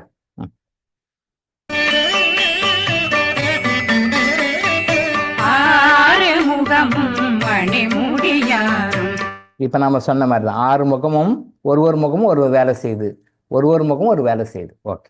நேரிடும் நெற்றியும் நீண்ட பூர்வமும் பன்னிரு கண்ணும் பவள செவ்வாயும் நன்னெறி நெற்றியில் நவமணி சுட்டியும் 6 முகமும் அணிமுடியாரும் நேரிடும் நெற்றியும் நீண்ட பூர்வமும் பன்னிரு கண்ணும் பவள செவ்வாயும் நன்னெறி நெற்றியில் நவமணி சுட்டியும் 6 செவியும் இதழில் குண்டலம் 6 தின்புயத்தழகிய மார்பில் பல்பூஷணமும் பதக்கமும் தரித்து நன்னணி பூண்ட நவரத்ன மாலையும் முப்புரி நூலும் முத்தணி மாறும் செப்பழகுடைய நவரத்ன மாலை போட்டிருக்கீங்கன்றாங்க. முப்பரி நூல் போட்டிருக்காங்க. முப்பரி நூல்னா நான் வந்து சொல்லியிருக்கேன் பூணூல், அந்த முப்புரி நூலையும் நவரத்ன மாலையும் எழுதின்னு போட்டிருக்காரு. நான் விளக்கம் சொல்லியிருக்கேன், திரும்ப மைண்டாக அதை ரீகேப் பண்ணிக்கோங்க. முருகன் வந்து நவரத்ன மாலை ஏன் போட்டிருக்காரு, முப்புரி நூல் போட்டிருக்காரு. தமிழ் கடவுள் என்று சொல்லப்படுகின்ற அந்த முருகடவுள் பூணூல் போட்டிருக்கார். விளக்கம் சொல்லியிருக்கோம், பின் வகுப்புகளை விளக்கமாக சொல்லலாம். திருவயருந்தியும் துவண்ட மருங்கில் சுடரொளி பட்டும் நவரத்னம் பறித்த நச்சீராவும் திரு தொடையழகும் இணை முழந்தாளும் திரு நவரத்னம் போட்டிருக்காரு. நவரத்னம் பதித்த நற்சீராவும் அப்படின்னா நவரத்னம் பதித்த நகைகளை போட்டிருக்காரு. நவரத்னம் பதித்த நகைகளை போட்டிருக்காரு. முருகன் ஏன் நவரத்னம் பதித்த நகைகளை போட்டிருக்காரு? பழனியில் கோவனாண்டியா இருக்கிறாரு. பழனியில் கோவனாண்டியா இருக்கிறார், கோவணம் கட்டிருக்காரு. அவர் உடம்புல ஒன்றுமே கிடையாது, ஒரு கோமணம் மட்டும்தான் இருக்குது, வெறும் கோமணம் மட்டும்தான் இருக்குது. கோமனாண்டின்னு சொல்லுவாங்க, கோமனாண்டி அப்படின்னு சொல்லுவாங்க. எங்கள் அப்பா கூட ஒரு தடவை முருகனை பற்றி சொல்லும்போது அவர் கோமனாண்டின்னு சொல்லும்போது எனக்கு சிரிப்பாக வந்தது. அப்போ நான் சின்ன பையன், என்னண்ணா அவர் போய் கோமனாண்டின்னு சொல்லுங்க. ஆமாம், அவர் கோமணம் தான் கட்டிருக்காரு பழனியில், வேறு ஒன்றுமே இல்லை அவர்கிட்ட அப்படின்னாரு. அப்பா சொல்லும்போது நான் 4th standard 5th standard படிக்கிறேன், சின்ன பையன், ஸ்கூல் பையன். அப்போ எனக்கு தெரியல, சிரித்தேன், எனக்கு சிரிப்பு வந்தது. இன்னும் கோவணம் கட்டிக்கிறாருன்னு எனக்கு சிரிப்பு வந்தது. பட் அது ஏன் கோவணம் கட்டிருக்காரு அப்படின்னு பார்த்தா அது பெரிய ஆன்மீக காரணம். அதை பற்றி பேசினா 1 வருஷத்துக்கு பேசலாம். ஏன் அவர் கோவணம் கட்டிருக்காருன்னு பேசினா 1 வருஷத்துக்கு பேசலாம். அதை பற்றி ஒரு நாளைக்கு 1.5 மணி நேரம்னால 1 வருஷம் பேசலாம். அவ்வளோ மேட்ரு இருக்குது, அவ்வளோ விஷயமா இருக்குது, அவ்வளோ தாத்பரியங்கள் இருக்குது. ஆனால் போகிறோம், சும்மா கும்பிட்டு வந்துடுறோம், அவ்வளோதான், ஓகே ரைட். பட் அவர் ஏன் கோவணம் கட்டிட்டு இருக்கார் அப்படின்னு சொல்லி பேசினா அவ்வளோ விஷயம் இருக்குது. பின் வகுப்பில் வாய்ப்பு கிடைக்கும்போது நம்ம அதை பற்றி பேசுவோம். பட் அப்போது அந்த மாதிரி இருக்கணுன்றார். அது நம்ம போகும்போது ஒன்றுமே இல்லை, கடைசியில் அதை தான் கோமணம் தான், அதை கூட உருவி விடுவாங்க லாஸ்ட்டில். கடைசியாக நம்ம போகும்போது நம்ம கையிலேருந்து ஒன்றுமே கிடையாது. நீ பெரிய மல்டி மில்லியனராக இருக்கலாம், பில்லியனராக இருக்கலாம், பிரைம் மினிஸ்டராக இருக்கலாம், பிரசிடெண்ட்டாக இருக்கலாம், பெரிய இண்டஸ்ட்ரியலிஸ்டாக இருக்கலாம், யாராக இருக்கலாம். பட் கடைசியில் போகும்போது ஒன்றும் கொண்டு போகிறதில்லை. கடைசியில் கோமணம் தான் நிற்கும். அது நாகரிகமாக இருக்கிறதுக்காக கோமணம் நிற்கும். அதை கூட உருவி விடுவாங்க லாஸ்ட்டில். உள்ள மண்ணு போட்டு கடைசியாக மூடும்போதோ அதை கூட உருவி விடுவாங்க. அதுதான் சிம்பாலிக்காக காட்டார் முருகன். ராஜாவாக வருகிறார் ஒரு ஸ்டேஜில். பட் பழனியில் ஏன் அப்படி கோமனாண்டியா நிற்கிறார், எதுக்காக நிற்கிறார், அது பெரிய காரணம். அதை பற்றி நிறைய பேசலாம். ஸோ போகும்போது ஒன்று கொண்டு போகிறது இல்லைப்பா, கடைசியில் என்னமே கிடையாது. நீங்கள் ஆடாத ஆட்டம் ஆடி அவரை வரைக்கிறது, அப்படி பண்ணுறது இப்படி பண்ணுறது எல்லாமே இங்கே ஆட்டம் மூச்சு அடங்குற வரைக்கும் தான். மூச்சு அடங்கிட்டா ஒன்றுமே இல்லை, நான் போகும்போது சும்மா தான் போகிறோம், ஒன்றுமே இல்லை, புரிஞ்சுக்கோங்கன்னு தான் பழனியில் உட்காந்து அதை வந்து சிம்பாலிக்காக சொல்கிறார். முருகன் சொல்கிற காரணம் வந்து அதுதான், கோமனாண்டியா நிற்கிறது காரணம் வந்து அதுதான், இதை புரிஞ்சுக்கோங்கன்னு சொல்கிறார். ஆனால் இன்னைக்கு வரைக்கும் நம்ம யாரும் முழுசாக புரிந்து கொள்ளவில்லை.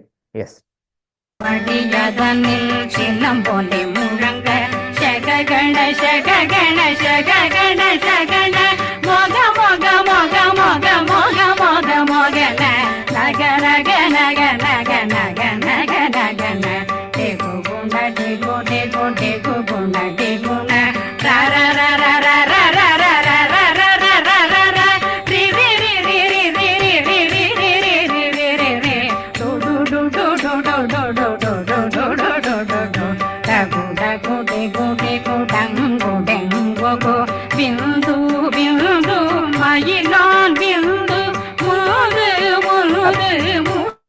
ஸோ இது எல்லாமே நம்ம ஏற்கனவே சொன்னோம், எல்லாமே வைப்ரேஷன், அந்த ஃப்ரீக்வன்சி தான். இந்த கந்தசஷ்டி கவசம் படிக்கிறதுனால என்னென்னலாம் பெனிஃபிட் கிடைக்கணும்னு இருக்கோ அந்த ஃப்ரீக்வன்சி கொடுக்கக்கூடிய அந்த பேலன்சிங் ஃப்ரீக்வன்சிஸ் தான் அது. ஏற்கனவே சொல்லியிருக்கோம், திரும்ப மைண்டில் வச்சுக்கோங்க.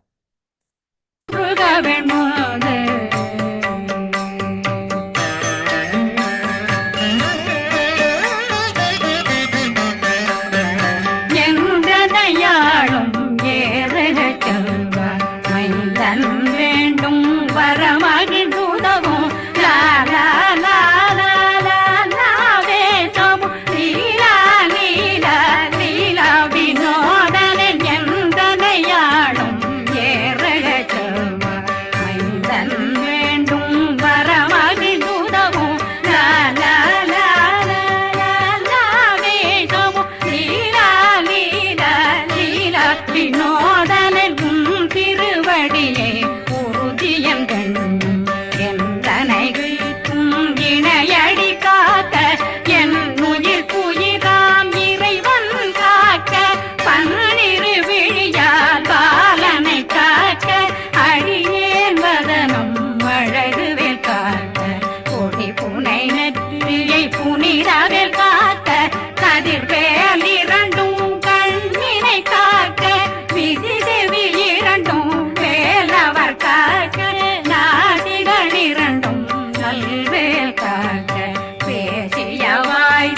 பெருவேல் காக்க முப்பத்திருபல் முனைவேல் காக்க செப்பிய நாவை செவ்வேல் காக்க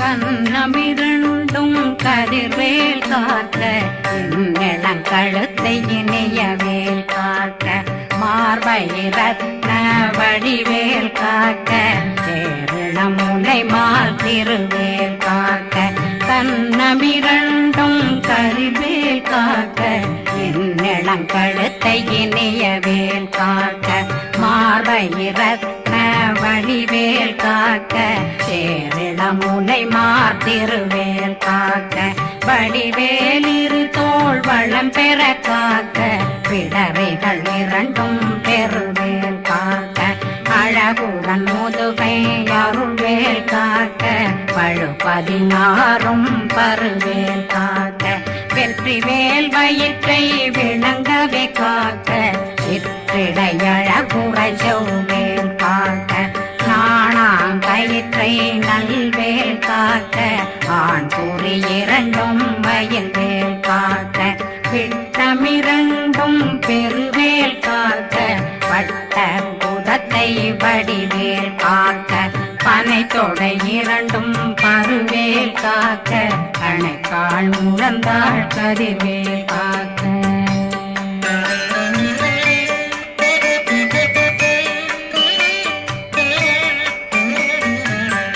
விரலடியினை அருள்வேல் காக்க கைகளிரண்டும் கருணை வேல் காக்க முன்கை இரண்டும் முரண்வேல் காக்க பின்கை இரண்டும் பின்னவளிருக்க நாவில் சரஸ்வதி நற்றுணையாக நாபி கமலம் நல்வேல் காக்க முப்பானாடியை முனைவேல் காக்க எப்பொழுதும் என்னை எதிர்வேல் காக்க அடியேன் வசனம் அசைவுள நேரம் கடுகவே வந்து கனகவேல் காக்க வரும் பகரன்னில் வஜ்ரவேல் காக்க அரையிருடன் அணையவே காக்க ஏமத்தில் காமத்தில் எதிர்வேல் காக்க தாமதம் நீங்கி சதுர்வேல் காக்க காக்க காக்க கனகவேல் காக்க நோக்க நோக்க நொடியில் நோக்க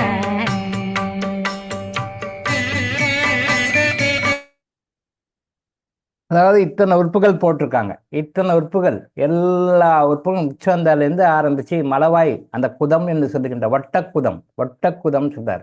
அப்போ வட்டக்குதம் அந்த மலவாய் வருகின்ற அந்த மலவாய் வருகின்ற வரைக்கும் எல்லா உறுப்புகளையும் அப்படி பாட்பாட்டா எல்லாத்தையும் காக்க அப்படின்றாரு.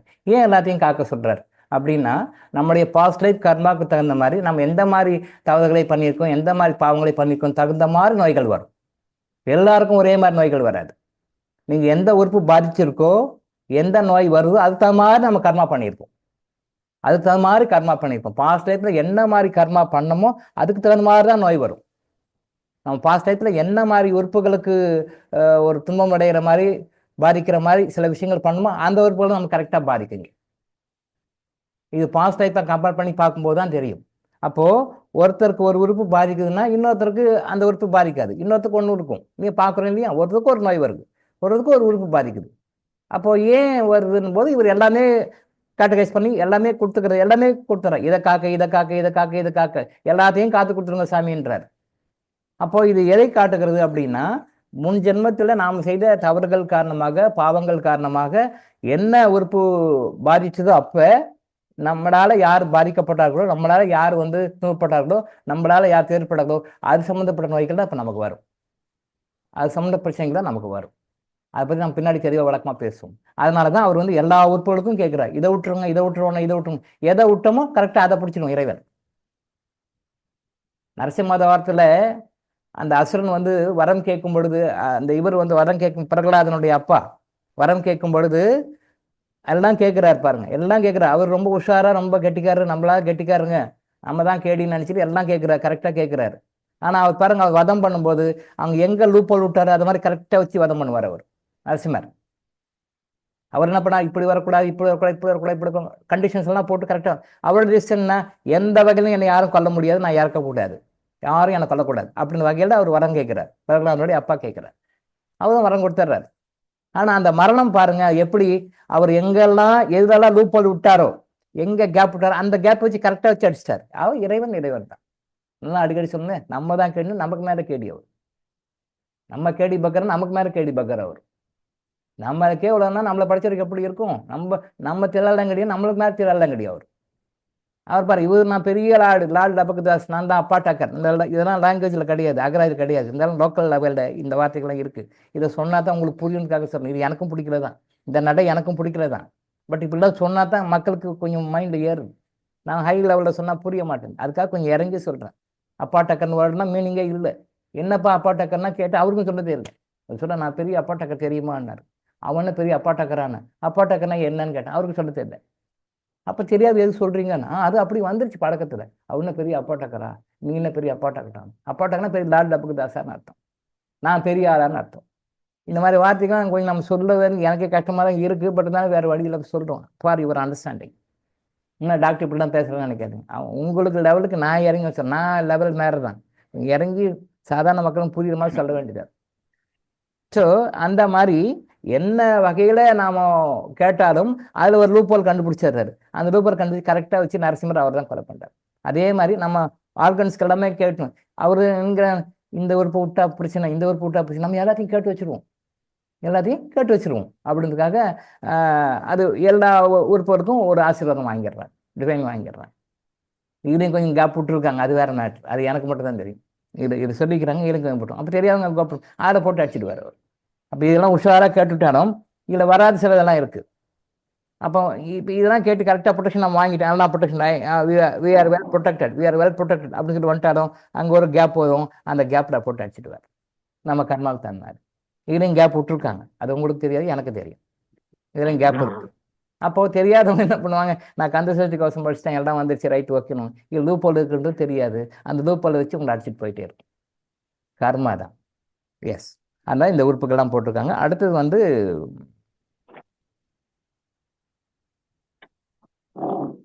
ஏமத்தில் சாமத்தில் எதிர்வியல் காக்க.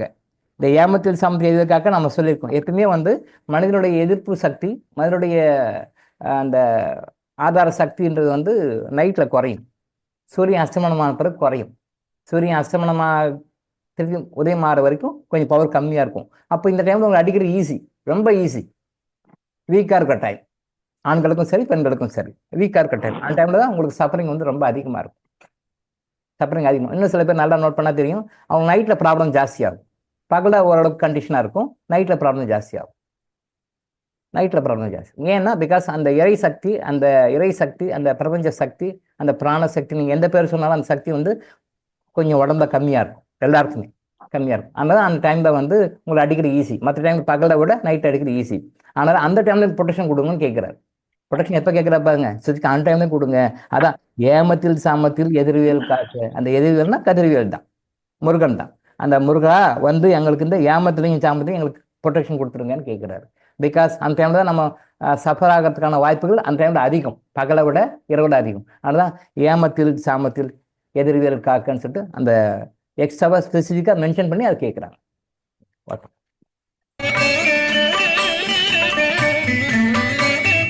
தாக்க தாக்க தடையற தாக்க, பார்க்க பார்க்க பாவம் பொடிபட, பில்லி சூனியம் பெரும் பகையகல, வல்ல பூதம் வளாழ்த்திக பேய்கள் அல்லல் படுத்தும் அடங்கா முனையும், பிள்ளைகளின்னும் புழக்கடை முனியும், கொள்ளிவாய் பேய்களும் புரளை பேய்களும், பெண்களை தொடரும் பிரம்மராட்சதரும், அடியனை கண்டால் அலறி கலங்கிட இறைசி பட்டேறி துன்ப சேனையும், என்னிலும் இருட்டிலும் எதிர்படும் மன்னரும், தனபூசைகளும் காளியுடனை வரும் விட்டாங்காரரும், மிகு பல பேர்களும் தண்டியக்காரரும் சண்டாளர்களும், என் பெயர் சொல்லவும் இடி விழுந்தோடிட.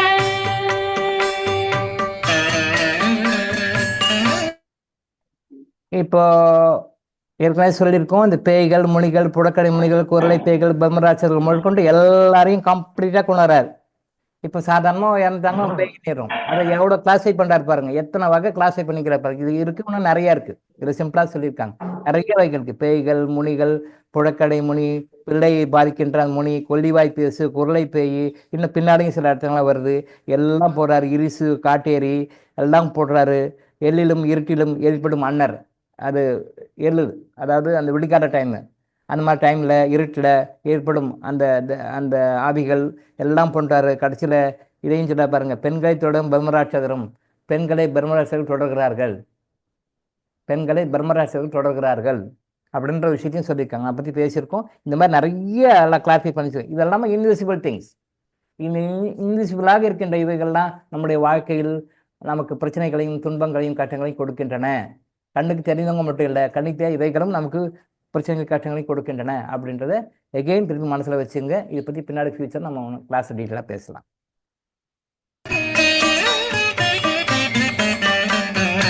ஆனையடியினில் அரும்பாவைகளும் பூனை மயிரும் பிள்ளைகளெங்கும் நகமும் மயிரும் நீண்மொழி மண்டையும் பாவைகளுடனே பல கலசத்துடன் மனையில் புதைத்த வஞ்சனை தன்னையும் ஒட்டிய செருக்கும் ஒட்டிய பாவையும் காசும் பணமும் காவுடன் சோறும் போதும் வஞ்சனமும் ஒரு வழி போக்கும் அடியனை கண்டாதனே குலைந்திட மாட்டான். இப்போ இதை நிறைய விஷயங்களை சொல்லியிருக்கேன். இதெல்லாம் இந்த ஏவல் பில்லி பண்ணுறதுக்கு உங்களுக்கு எந்த மாதிரி விஷயங்கள்லாம் யூஸ் பண்ணுறாங்கன்றத டீட்டெயிலாக சொல்லியிருக்காரு. நம்ம இது போய் பேசியிருக்கோம். அதில் பூனை மயிருன்னு போட்டிருக்கு பார்த்தீங்களா? ஏன்னா பூனை நம்ம ஜென்ரலாக பூனையை வீட்டில் வளர்த்தக்கூடாது. நிறைய பேர் பூனையை வந்து வீட்டில் வளர்த்துறாங்க. அது வந்து ஜீவகாருண்யம், அது ஒரு உயிர் அப்படின்னு சொல்லி வீட்டில் வளர்த்துறாங்க. பூனையை வந்து வீட்டில் வளர்த்துறது நெகட்டிவ் எனர்ஜி, பல வகைகளை உங்களுக்கு நெகட்டிவ் எனர்ஜி கொடுக்கும். அது குடும்பத்தில் உங்களுடைய அரஸ்கோப்புக்கு தகுந்த மாதிரி, உங்களுடைய கர்மாவுக்கு தகுந்த மாதிரி, உங்களுக்கு ஜாதகத்துக்கு தகுந்த மாதிரி அந்தந்த டைமில் எப்பப்போ என்ன மாதிரி பிரச்சனை கொடுக்கணுமோ அது கொடுக்கும். அப்போ பூனை என்ன சார் பண்ணும்? பூனைக்கு வந்து நீங்கள் பால் ஊற்றலாம், கொடுக்கலாம், எல்லாம் பண்ணலாம். வீட்டுக்குள்ளே வளர்த்தக்கூடாது, அவ்வளோதான். வீட்டுக்குள்ளே வளர்த்தக்கூடாது.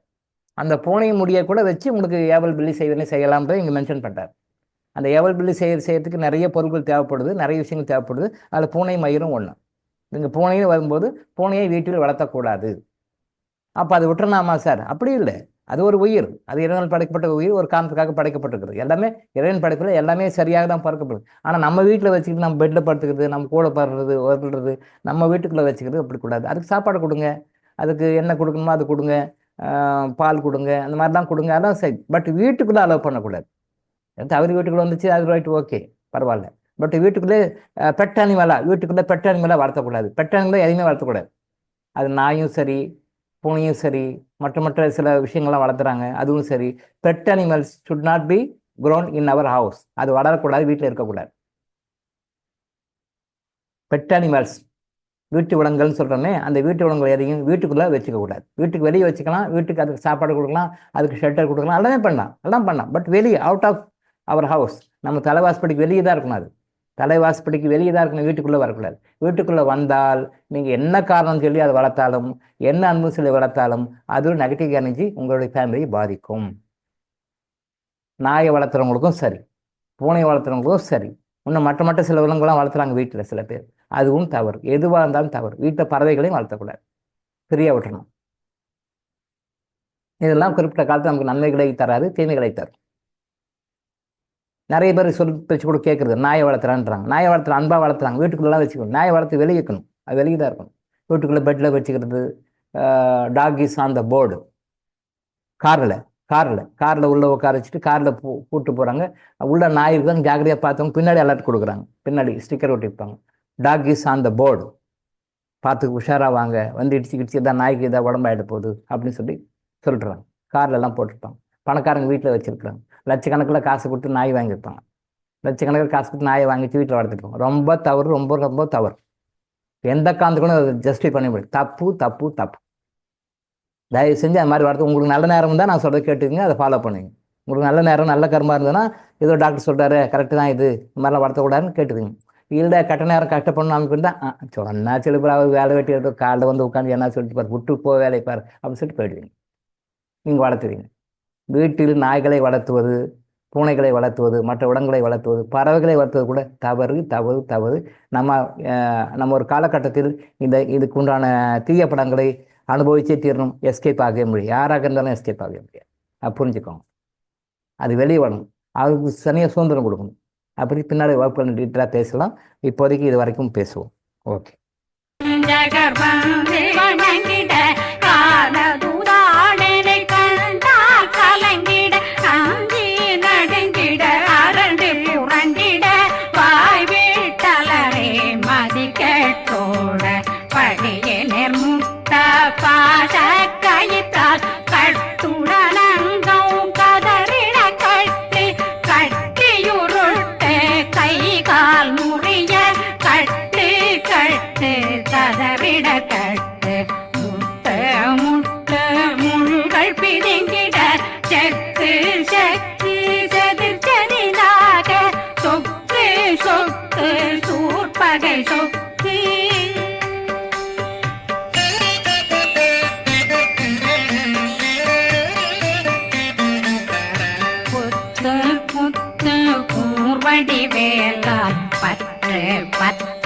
பகலவன் தணலறி தணலதுவாக விடு விடு வேலை வெருண்டது ஓட புலியும் நரியும் புன்னறி நாயும் எலியும் கரடியும் இனி தொடர்ந்தோட தேளும் பாம்பும் செய்யான் கூறான் கடிவிட விஷங்கள் கடித்துயரங்கம் ஏறிய விஷங்கள் எளிதுடன் இறங்க ஒளி கொஞ்சொழுக்கும் ஒரு தலை நோயும் வாதம் சைத்தியம் வலிப்பு பித்தம் சயம் பொன்மம் சொக்கு சிறங்கு. மந்திரங்கள் மூலமாக நோய்களை குணப்படுத்த முடியும்னு சொல்லியிருக்கேன். மந்திரங்கள் மூலமாக விஷத்தையும் இறக்குறாங்க. நம்ம அதை பற்றி ஏற்கனவே சொல்லியிருக்கோம். இந்த சில மந்திரங்கள் இருக்குது. அந்த மந்திரங்களை சொன்னீங்கன்னா நீங்கள் என்ன மெடிசன் கொடுத்து அந்த பாய்சனை டீடாக்ஸை பண்ண முடியுமோ, என்ன மெடிசன்ஸ் மற்ற ட்ரீட்மெண்ட் கொடுத்து பண்ண முடியுமோ, அதை மந்திரங்களேக வைப்ரேஷனாக எனர்ஜியாக போயிட்டு எப்பேற்பட்ட கொடிய பாம்பு விஷத்தை கூட முறிக்கும். இன்றைக்கும் சில மலைவாழ் மக்கள் இன்றைக்கும் கூட சில பேர் இப்போ கொஞ்சம் நிறைய மாறிட்டாங்க. நிறைய ஒரு 90% பீப்புள் மாறிட்டாங்க. மாறி ஹாஸ்பிட்டலில் கொண்டு போயிட்டு பாம்பு கடிச்சின்னு சொல்லிட்டு இறக்க விட்டுறாங்க. இப்போ கூட மலைவாழ் மக்கள்கிட்ட இப்பயும் நிறைய மாறி மாறி மாறி ஒரு 90% ஆஃப் த பீப்புள் இப்போ கூட கேஸ் ஃபெயிலியர் ஆகுது. பாம்பு கடிச்சிச்சு சார் அப்படின்னு சொல்லிட்டு ஹாஸ்பிட்டல் கொண்டு வராங்க. இல்லை வருஷம் மூளைக்கு ஏறி தலைக்கு எரிச்சு இறந்துட்டாருன்னு சொல்லிட்டு டிக்ளேர் பண்ணிடுறாங்க. இன்னமும் இந்த 5% ஆஃப் த பீப்புள் இன்னமும் இருக்காங்க. அவங்க இன்றைக்கும் மந்திரத்தை போட்டு ஆர்த்தடாக்ஸாக முறையாக மந்திரத்தை போட்டு விஷத்தை இறக்கி காப்பாற்றவங்க இன்றைக்கும் இருக்காங்க. பட் அது மாறி வந்துட்டோம். ஓகேவா? குடைச்சல் சிலந்தி குடல் வீப்பிருது பக்க பிளவை படற்கொடை வாழை கடுவன் படுவன் கைத்தாள் சிலந்தி பற்போத்தரணை பருவரையாக்கும்.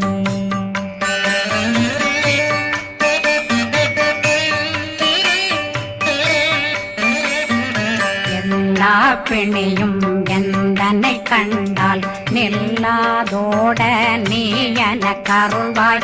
ஈரேடுலகம் என குறவாக ஆணும் பெண்ணும் அனைவரும் எனக்கா மண்ணாளரசரும் மகிழ்ந்துறவாகவும் உன்னை துதிக்க உன் திருநாமம் சரகண பவனே செயலொளி பவனே திரிபுர பவனே திகழொளி பவனே பரிபுர பவனே பவமொழி பவனே ஹரி திருமருகா அமராபதியை காத்து தேவர்கள் கடுஞ்சிறை விடுத்தாய். கந்தா குகனே கதிர்வேலவனே கார்த்திகை மைந்தா கடம்பா கடம்பன் விடும்பனை அழி.